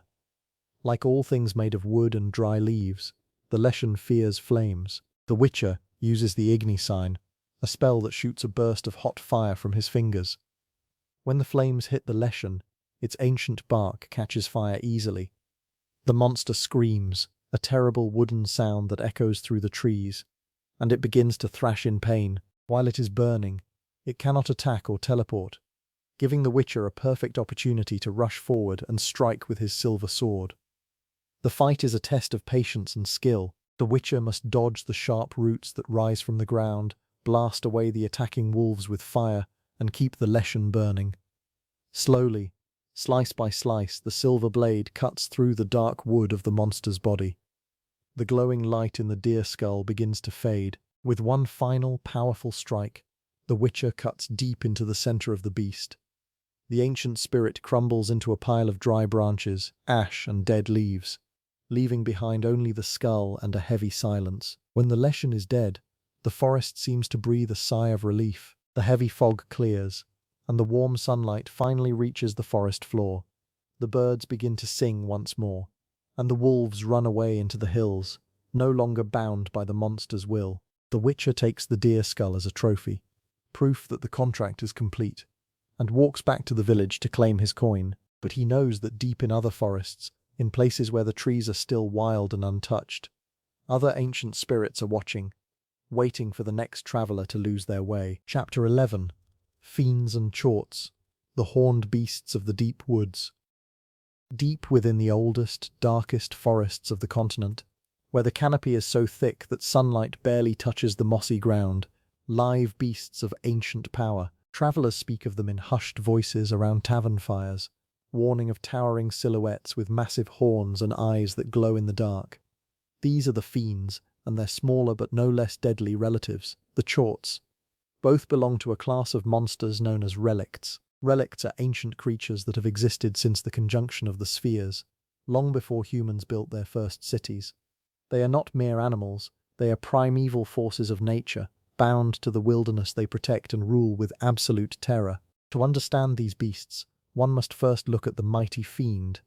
A Fiend is a walking mountain of muscle, a giant creature that resembles a massive, heavy elk or a bull, but on a terrifying scale. Its head is crowned with a magnificent set of jagged antlers, and its mouth is filled with rows of sharp, flesh-tearing teeth. But its most unsettling feature is its third eye, positioned right in the center of its forehead.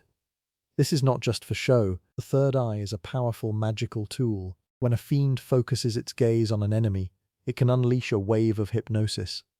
The victim is suddenly plunged into deep darkness, unable to see anything but the glowing red eye of the beast. While the victim is blind and paralyzed by fear, the Fiend charges forward to crush them with its heavy hooves or tear them apart with its claws. These monsters prefer to live in isolated, damp places. You will find them in thick woods, foggy swamps, and deep bogs where humans rarely venture. They are highly territorial.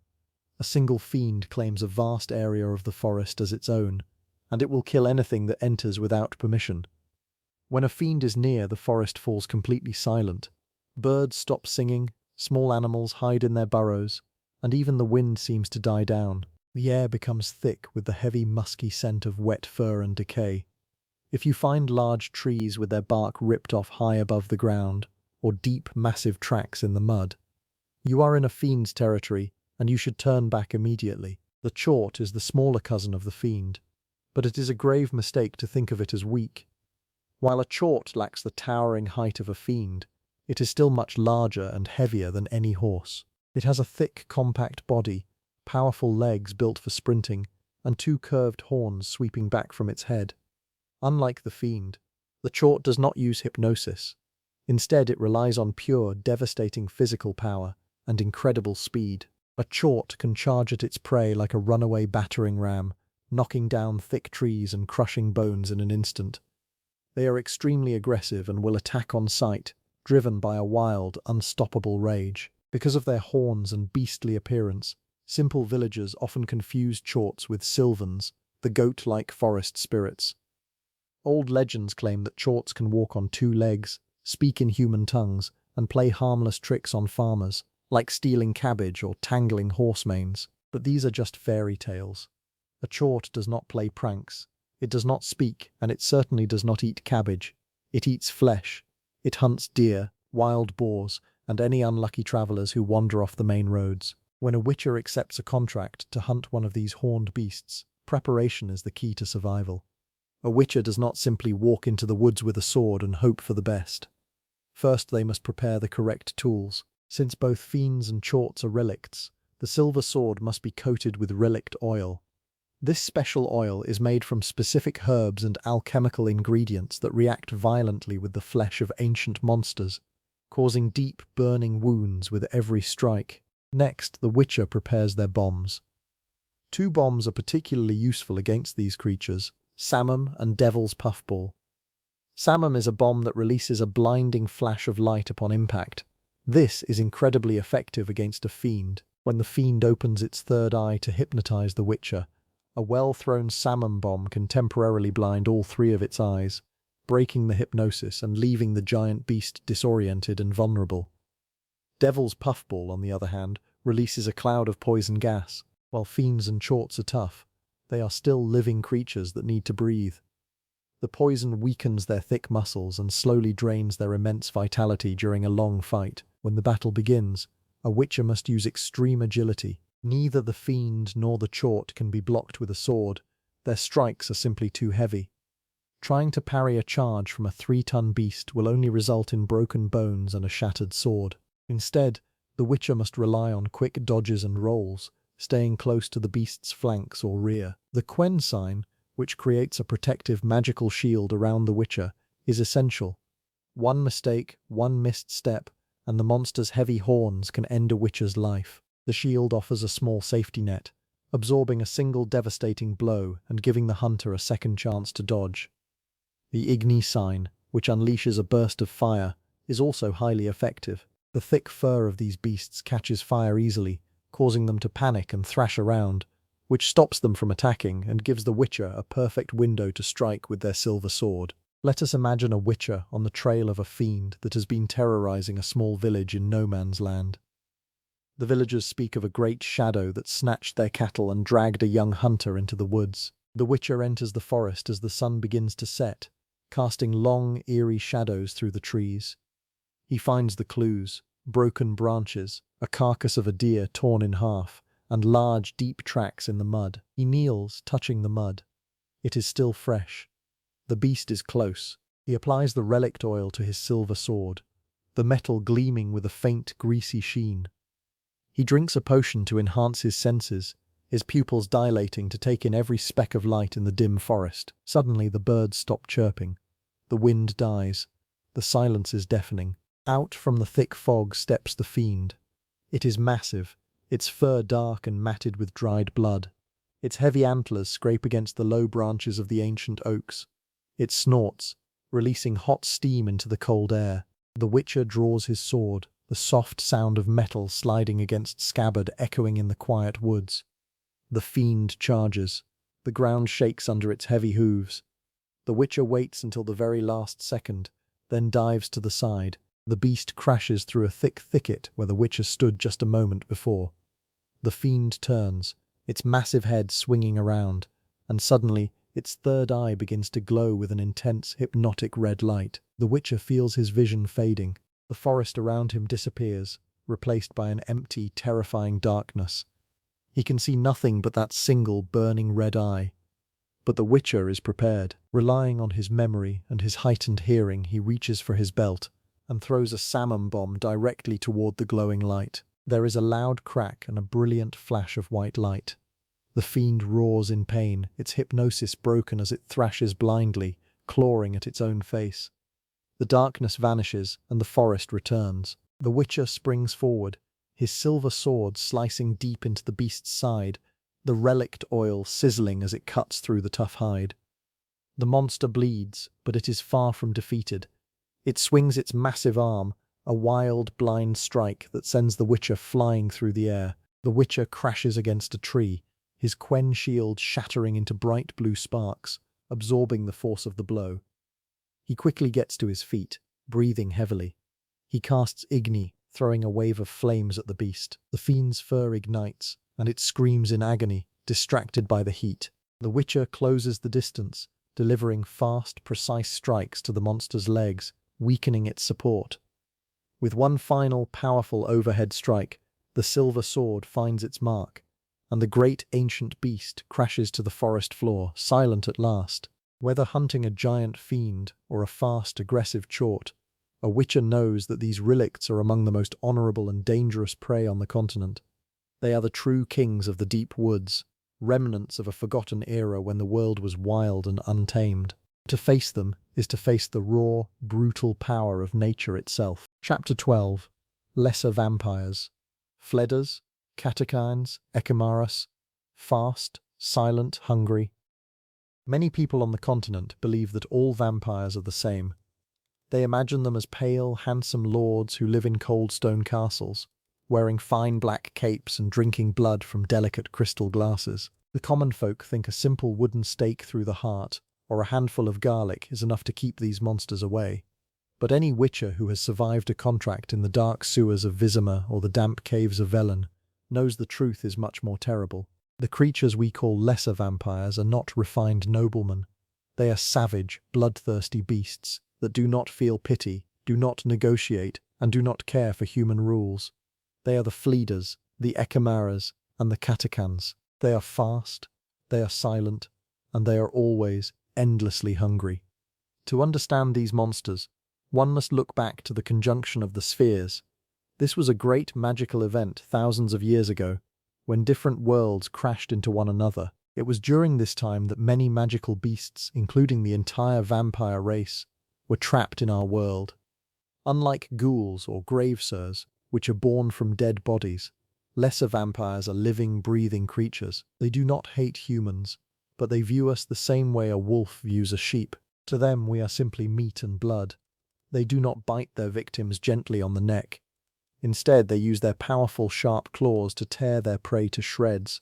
They rip open chests and throats, and then they slurp the splattered blood directly from the ground. Among these beasts, the Fleeder is perhaps the most ugly and animalistic. A Fleeder does not look like a human at all. It is a hulking, hunched creature with a flat, hairless face and a wide mouth full of jagged, needle-like teeth. It has no eyes, but it hears and smells with terrifying accuracy. If you walk through a dark city alley at night, or explore the deep sewers beneath a castle, a Fleeder might be watching you from the shadows. They love to hide in abandoned cellars, old crypts, and damp ruins where the sun never shines. When a Fleeder hunts, it relies on its incredible leg strength. It cannot fly like a bird, but it can jump incredibly high into the air. It will leap from the darkness, delivering a ground-shaking strike that can knock a strong soldier flat on his back. Once its prey is on the ground, the Fleeder moves in with blinding speed, biting and scratching until there is nothing left but bones. If you find yourself facing more than one Fleeder at a time, the danger increases tenfold. They will surround you, striking from different sides, taking turns to bite you and drain your strength. Then there is the Echimara, a creature that looks like a giant mutated bat walking on two legs. The Echimara is a monster of pure speed and cruelty. It is exceptionally swift, moving so fast that the human eye can barely follow its movements. It can land heavy blows that are strong enough to smash the best armor into tiny pieces. When an Echimara attacks, it does not wait. It rushes forward, swinging its long arms and sharp claws with wild fury. The most dangerous thing about the Echimara is its ability to heal itself. Like other vampires, it possesses a supernatural power to regenerate its health during a fight. If a Witcher manages to cut an Echimara, the wound will begin to close almost immediately. For this reason, you cannot fight an Echimara by waiting for it to get tired. You cannot hope to win a long battle of patience. You must attack with absolute power, landing heavy blows, and you must use tools that stop its body from healing. The Catechan is the most cunning of these three lesser vampires. Unlike the Fleeder and the Echimara, the Catechan has a higher level of intelligence. It is a large bat-like creature covered in dark, thick fur, but it is capable of hiding its true form. Some Catechans can disguise themselves as normal humans, and live inside crowded cities for years without anyone noticing. They might work as teachers, doctors, or quiet citizens, hiding their true nature until the hunger becomes too strong to ignore. Catechans have a strange, dark personality. They are known to collect shiny objects, like jewelry, gold coins, or bright pieces of glass, and weave them into their fur. They are also capable of turning completely invisible during a fight, using the shadows to confuse their enemies. You might hear the sound of heavy breathing or the scrape of claws on the stone floor, but you will see nothing until the cold steel of its claws tears through your back. To survive a hunt against these monsters, a witcher must prepare carefully before entering their territory. The first and most important rule of vampire hunting is to never fight them at night if you can avoid it. During the day, the sun does not burn these lesser vampires to ash, but it does weaken them. Sunlight slows down their supernatural healing, making them much easier to kill. If you must go into a dark cave or sewer where the sun cannot reach, you must bring your own light and your own fire. Your steel sword is useless against these creatures. You must draw your silver sword, the weapon made specifically for magical beasts. Before the battle begins, you must coat the blade with vampire oil.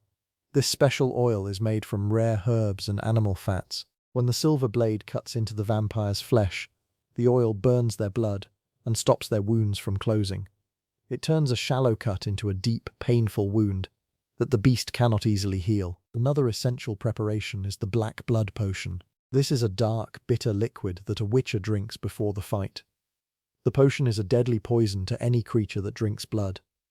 When the vampire bites the witcher, or even when it gets splashed by the witcher's blood during the battle, the poison enters the monster's body. It causes intense pain, stops their health regeneration, and forces them to back away in agony. It turns the vampire's greatest desire, the hunger for blood, into its worst enemy. In the heat of battle, magic signs are a witcher's best defense. The sign of Igni, which creates a burst of hot fire, is incredibly effective against all lesser vampires, but especially against the Echimara. Their thick, leathery skin and fur burn easily.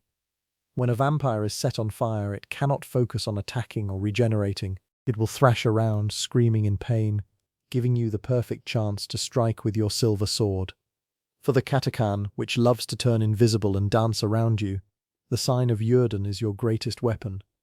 By placing a magical trap on the ground, you create a circle of purple light. When the invisible Katekan steps into this circle, the magic forces it to become visible again. The trap also slows down its blinding speed, making its movements heavy and predictable. Inside the Yrden circle, the terrifying beast becomes nothing more than a slow, vulnerable target. Bombs are also highly useful when clearing out a vampire nest. The moondust bomb is filled with tiny silver particles. When it explodes, it covers the area in a glittering cloud. These silver particles stick to the vampire's skin, preventing it from turning invisible or using its magical healing. Another excellent choice is the Devil's Puffball bomb, which releases a thick cloud of green poison gas. The poison slowly drains the vampire's health over time, keeping it weak while you dance around its attacks. Imagine a young witcher entering an ancient elven ruin deep in the forests of Valen. The air is cold, damp, and smells of old rot and copper. He holds his silver sword in his right hand, the blade glowing faintly in the dark. He has already coated it with thick, dark oil. He drinks his potion, feeling the cold liquid spread through his veins, turning his face pale and his eyes dark. Suddenly, a shadow drops from the ceiling. It is an Echimar, its giant bat-like ears twitching, its long claws clicking against the stone floor. It lets out a wet, raspy growl. Before the witcher can move, the beast leaps forward with terrifying speed. Its claws swing through the air, barely missing the witcher's chest. The witcher rolls to the side, quickly casting the sign of Igni. A wave of orange fire fills the dark corridor, catching the Echimara's fur. The beast shrieks, a high, painful sound that echoes off the stone walls. It thrashes in the flames, trying to put them out. The witcher does not hesitate. He lunges forward, his silver sword cutting deep into the monster's shoulder. The vampire oil burns the wound, smoke rising from the cut. The Echimara tries to swing back, but the witcher is already gone, rolling behind a stone pillar. The beast tries to heal its wound, but the silver and the oil are too strong. It grows desperate, rushing blind into the dark. The witcher throws a moondust bomb, and the explosion covers the monster in silver dust. Unable to hide or heal, the Ekimara stands no chance. With 2 more quick strikes, the silver blade finds its mark, and the great beast falls silent on the cold stone floor. Hunting lesser vampires is never easy. It requires speed, preparation, and a heart that does not freeze when the darkness starts to move. But with a sharp silver sword, the right potions, and a steady hand, even the most hungry beast can be laid to rest. Chapter 13. Bruxae and Alps, the seductive she-vampires, beautiful and deadly. The night on the continent is never truly empty. If you travel through the dark forests or pass by the crumbling ruins of old estates, you might hear a sound that makes you stop. It is a sweet, beautiful voice singing a sad song under the light of a full moon. To an ordinary traveller, it sounds like a lonely maiden crying out for her lost love. But a witcher knows better. He knows that the most beautiful songs in the dark often come from the sharpest teeth. Among all the monsters that roam the dark, none are as deceptive as the female vampires known as the Bruxae and the Alp. They are creatures of ancient power and dark elegance. To look at them, you would see a young woman of breathtaking beauty, with dark hair, pale skin, and a slender body. They can walk among humans, hiding their true nature behind a charming smile. But beneath that soft skin lies a cold, dead heart, and a hunger that can never be fully satisfied. They are seductive, they are fast, and they are incredibly deadly. To understand these monsters, one must understand how they differ, for though they look alike, they hunt in very different ways. Let us look first at the Bruxae. A Bruxae is a powerful vampire that loves ruins, deep caves, and abandoned towers. She is a solitary creature, preferring to live far from the busy streets of cities, though she sometimes lingers near isolated villages. When a Bruxae decides to hunt, she does not simply attack. She plays with her prey. She will sing her sweet songs to draw curious young men into her domain. By the time they realize they are not meeting a beautiful maiden, it is far too late. The Bruxae has a terrifying power that makes her almost impossible for an ordinary soldier to fight. She can turn completely invisible. When she does this, she disappears from sight, leaving behind only a faint shimmer in the air and the quiet rustle of her dress. She moves with a speed that defies nature, leaping from walls and ceilings like a giant spider, only to land softly on her feet. And when she is ready to strike, she does not just use her claws, she opens her mouth wide, revealing rows of needle-sharp teeth, and lets out a terrible sonic scream. This scream is a wave of pure force. It can knock a strong man to the ground, shatter his bones, and leave him deaf and bleeding from his ears. Then there is the Alp. The Alp is very similar to the Bruxae, and many common folk confuse the two, but a witcher must know the difference to survive. Unlike the Bruxae, an Alp cannot turn invisible. However, she makes up for this with a supernatural agility that is almost like flight. She can leap across great distances with absolute ease, moving so quickly that she appears as a blur of white and red in the moonlight. Alps also prefer to live closer to human settlements. They are like phantoms that haunt the dreams of villagers. An Alp hunts by slipping into houses at night while the occupants are asleep. She carries a toxic saliva that she drops onto the lips of her victim. This saliva does not kill immediately. Instead, it puts the victim into a deep, heavy sleep filled with terrible, suffocating nightmares. While the poor soul is trapped in this nightmare, the Alp drinks their blood, leaving them in the morning as pale as snow, without a single drop of life left in their veins. Some say that the legends of people dying in their sleep from sudden terror are actually the work of an Alp. When a witcher takes a contract to hunt one of these she-vampires, he knows he cannot rely on simple strength. To fight a Bruxae or an Alp with just a sword is a quick path to the grave. Preparation is the key to surviving the night. First, the witcher must prepare his silver blade. He applies a thick, dark grease known as vampire oil. This oil is brewed from specific mountain herbs and monster fats that react violently with vampire flesh. A single cut from a blade coated in this oil burns like fire, preventing the vampire's wounds from healing quickly and draining her strength. Next, the witcher drinks his potions. The most important potion for a vampire hunt is black blood. This is a dark, highly toxic mixture that turns the witcher's own blood into a deadly poison. To a vampire, Human blood is a sweet, rejuvenating drink, but if a Bruxae or an Alp bites a witcher who has drunk black blood, the effect is immediate and painful. The moment the toxic blood touches her tongue, it burns her throat and stomach like acid, forcing her to stagger back, coughing and weakened, giving the witcher a perfect moment to strike. The witcher also prepares his bombs, specifically the moondust bomb. When thrown, this bomb explodes in a cloud of tiny silver particles. These silver grains cling to the skin of the vampire. For a Bruxae, this is a nightmare because the silver dust prevents her from turning invisible, keeping her form visible and vulnerable to the silver sword. In the heat of battle, a witcher relies heavily on his magic signs. The Yrden sign, which creates a glowing purple circle of magic on the ground, is the most effective tool against both Bruxae and Alps. When the vampire steps inside this circle, the heavy magic slows her supernatural speed down to a crawl. It strips away her agility, making it much easier for the witcher to dodge her attacks and land his own blows. Additionally, the Ard sign can be used to unleash a blast of telekinetic force to interrupt her deadly sonic scream, or even knock her to the ground so the witcher can deliver a finishing blow. Imagine a cold autumn night in the valleys of Toussaint, a land famous for its beautiful vineyards and dark secrets. A young knight has gone missing, last seen near the overgrown ruins of an old amphitheatre. The local lord has paid a witcher to find him. The witcher enters the ruins as the moon rises. The air is still, and the smell of ancient stone and rotting leaves hangs heavy. Suddenly, a soft, beautiful voice begins to sing. The song is sad, whispering of love and death. The witcher does not follow the voice blindly. He draws his silver sword, the metal gleaming in the moonlight, and carefully applies the vampire oil to the blade. He drinks his potion, feeling the black veins rise on his face as the toxic liquid takes hold. He steps into the center of the ruined amphitheatre. The singing stops. The silence that follows is thick and heavy. With his heightened senses, the witcher hears a sound, not a footstep, but the soft rush of air. He spins and casts the Yrden sign, placing a glowing purple trap on the stone floor. A shadow moves at the edge of the ruins. It is a woman in a tattered red dress, her eyes dark and hollow.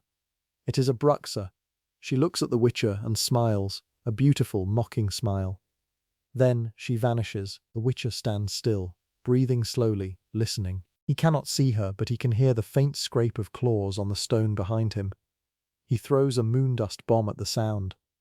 The bomb explodes, and a shimmering cloud of silver dust reveals the outline of the Bruxae, struggling to maintain her invisibility. Angered, the Bruxae lets out her terrible scream. The air shakes, and the sonic wave hits the witcher like a battering ram, throwing him back against a stone pillar. His ears ring, and his vision blurs. The Bruxae leaps through the air, her fingers turning into long, sharp claws as she prepares to tear his throat. But the witcher is fast. He rolls to the side just as she lands, her claws shattering the stone where his head had been. He coaxes her into the glowing purple circle of his Yrden trap. The moment she steps inside, her movements become slow and heavy, as if she is moving through deep water. She tries to leap away, but the magic holds her back. The witcher steps forward, his silver blade cutting through the air. The first strike cuts her shoulder, the vampire oil burning her flesh with a loud hiss.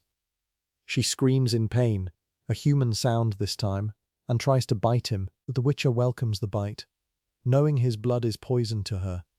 He dodges her teeth and strikes again, a deep cut across her chest. With a final desperate effort, the Bruxae tries to crawl away, but the silver and the magic are too much.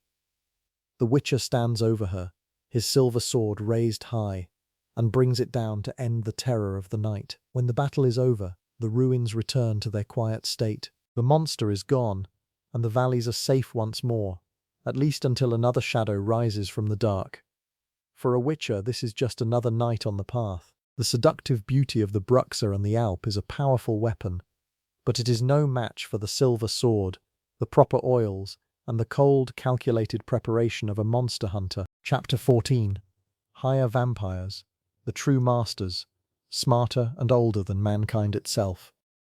There are monsters that hide in the dark corners of the woods, and monsters that howl under the full moon.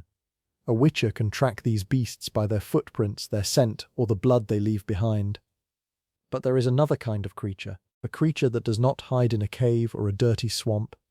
Instead, it lives in a beautiful mansion, drinks expensive wine, and speaks with the polite voice of a nobleman. This is the higher vampire. To call them monsters is to misunderstand them completely. They are not animals driven by wild hunger. They are the true masters of the continent, older and far smarter than mankind itself. Long before humans built their first mud huts, these creatures already possessed a deep, complex culture. They arrived in our world during the conjunction of the spheres, the great magical disaster that trapped many different races and beasts in this realm. But while other monsters struggled to survive, higher vampires quickly learnt to rule from the shadows. A true higher vampire looks exactly like a human. They walk among us in busy city streets, in the grand palaces of kings, and in quiet taverns. They wear fine silk clothes, read thick books, and paint beautiful pictures. They do not burn in the sunlight, and they do not fear holy water. In fact, they can easily hide their true nature. Only a few small clues can reveal what they really are. They cast no shadow on the ground, and they leave no reflection in a silver mirror. Sometimes they are so powerful and quiet that a witcher's silver medallion does not even shake or hum in their presence. Most people believe that vampires must drink blood to survive. For a higher vampire, this is a myth. They do not need blood to live. To them, human blood is like strong alcohol. It is a luxury, a treat to be enjoyed at a party or during a quiet evening. Drinking it makes them feel warm, happy, and sometimes a little wild. Some higher vampires choose never to drink blood at all, living peaceful lives as doctors, scientists, or philosophers. Others, however, become addicted to the taste. When they lose control, entire cities can fall into terror. When a higher vampire decides to fight, their polite human face disappears. Their fingers turn into long, razor-sharp claws that can cut through heavy steel armor like paper. They can transform their bodies into giant, terrifying bats, or melt into a thick, dark mist that moves faster than the eye can follow. They can become completely invisible, sneaking behind their prey without making a single sound. They also have the power to look into a person's eyes and put them into a deep, heavy sleep, or manipulate their thoughts. For a witcher, a contract on a higher vampire is almost always a death sentence. In the past, no sensible monster hunter would ever accept such a task. It is simply too dangerous. Their speed is supernatural. They can move so fast that they seem to teleport from one spot to another. Before a warrior can even raise his sword, the vampire is already behind him, ready to strike. Even if a witcher is incredibly skilled and somehow manages to defeat a higher vampire in battle, the victory is only temporary. These creatures are truly immortal. If you cut off a higher vampire's head, chop their body into pieces, or burn them to a pile of black ash, they do not die. Their spirit remains, and their body will slowly, painfully grow back. This healing process is very slow. It can take many decades or even hundreds of years for them to walk the earth again. There is only one way a higher vampire can truly, permanently die. They must be killed by another of their own kind. Only a fellow higher vampire has the power to absorb their energy and end their life forever. If you ever find yourself facing one of these ancient masters, you must use every trick in the Witcher's book just to survive. Your ordinary steel sword is useless. You must use your silver sword, and you must cover the blade in a thick layer of special vampire oil. This oil is made from rare herbs and animal fats, designed to burn their flesh and slow down their incredible healing powers. Fire is also a useful weapon. The magical sign of Igni can create a sudden blast of heat that can distract the creature and damage its delicate wings when it transforms. However, do not expect a simple flame to destroy them. It will only buy you a few precious seconds to breathe and plan your next move. Another essential tool is the black blood potion. A witcher drinks this toxic liquid before the battle begins. The potion turns the witcher's own blood into a deadly poison. If the vampire manages to bite you and drink your blood, the poison will burn their throat and weaken their muscles, giving you a chance to strike. To stop them from turning into mist or vanishing from sight, you can use bombs made with dimeritium. Dimeritium is a rare metal that blocks magical energy. When a dimeritium bomb explodes, it creates a cloud of heavy dust. As long as the vampire is breathing this dust, they cannot use their supernatural powers to hide or fly. They are forced to fight on the ground, where your silver sword can reach them. Imagine a dark, cold night in the grand city of Beauclair. The streets are quiet, lit only by the pale glow of the moon. A witcher walks down a narrow alley, his hand resting on the hilt of his silver sword. He has been tracking a series of strange, bloodless murders. The local guards believe a beast is loose, but the witcher knows better. The cuts on the victims were too clean, too precise. He stops outside a beautiful stone house. The windows are dark, but he can hear a soft, classical melody playing from a piano inside. He steps through the front door, which is unlocked. In the center of the room, a well-dressed gentleman sits at the piano, his fingers moving gracefully over the keys. The man does not look up as the witcher enters. He simply smiles, his pale face reflecting the soft candlelight. The gentleman speaks in a warm, friendly voice, welcoming the witcher into his home. He offers him a glass of fine wine, but the witcher does not drink. He looks down at the floor. The gentleman is standing right next to a large candle, but there is no shadow behind him. The witcher glances at a large mirror on the wall. The room is reflected perfectly, but the chair at the piano appears completely empty. In an instant, the friendly atmosphere vanishes. The music stops. The gentleman stands up and his eyes turn as black as night. His mouth opens to reveal long white fangs, and his fingernails grow into sharp, curved claws. The air in the room suddenly feels cold and heavy. The witcher draws his silver sword, the blade glowing faintly with the grease of the vampire oil. He knows that this will not be an easy hunt. He is not fighting a beast. He is fighting a master of the world, a creature that has lived for thousands of years and has no intention of dying tonight. The battle begins with a burst of movement. The vampire disappears into a cloud of black smoke, rushing forward. The witcher rolls to the side, casting the sign of Yrden to create a magical trap on the floor. As the smoke passes through the trap, the vampire is forced back into his physical form, his movements slowed down by the magical energy. The witcher swings his silver sword, leaving a deep cut across the creature's chest. The vampire howls in anger, but the wound begins to heal almost immediately. This is the true terror of the higher vampire. They do not tire, they do not panic, and they do not easily fall. To hunt one is to play a dangerous game of chess where one mistake means your death. If you ever hear a rumor of a polite stranger who never grows old, who never casts a shadow, and who enjoys the night just a little too much, do not draw your sword. Turn around, walk away, and pray that he does not follow you into the dark.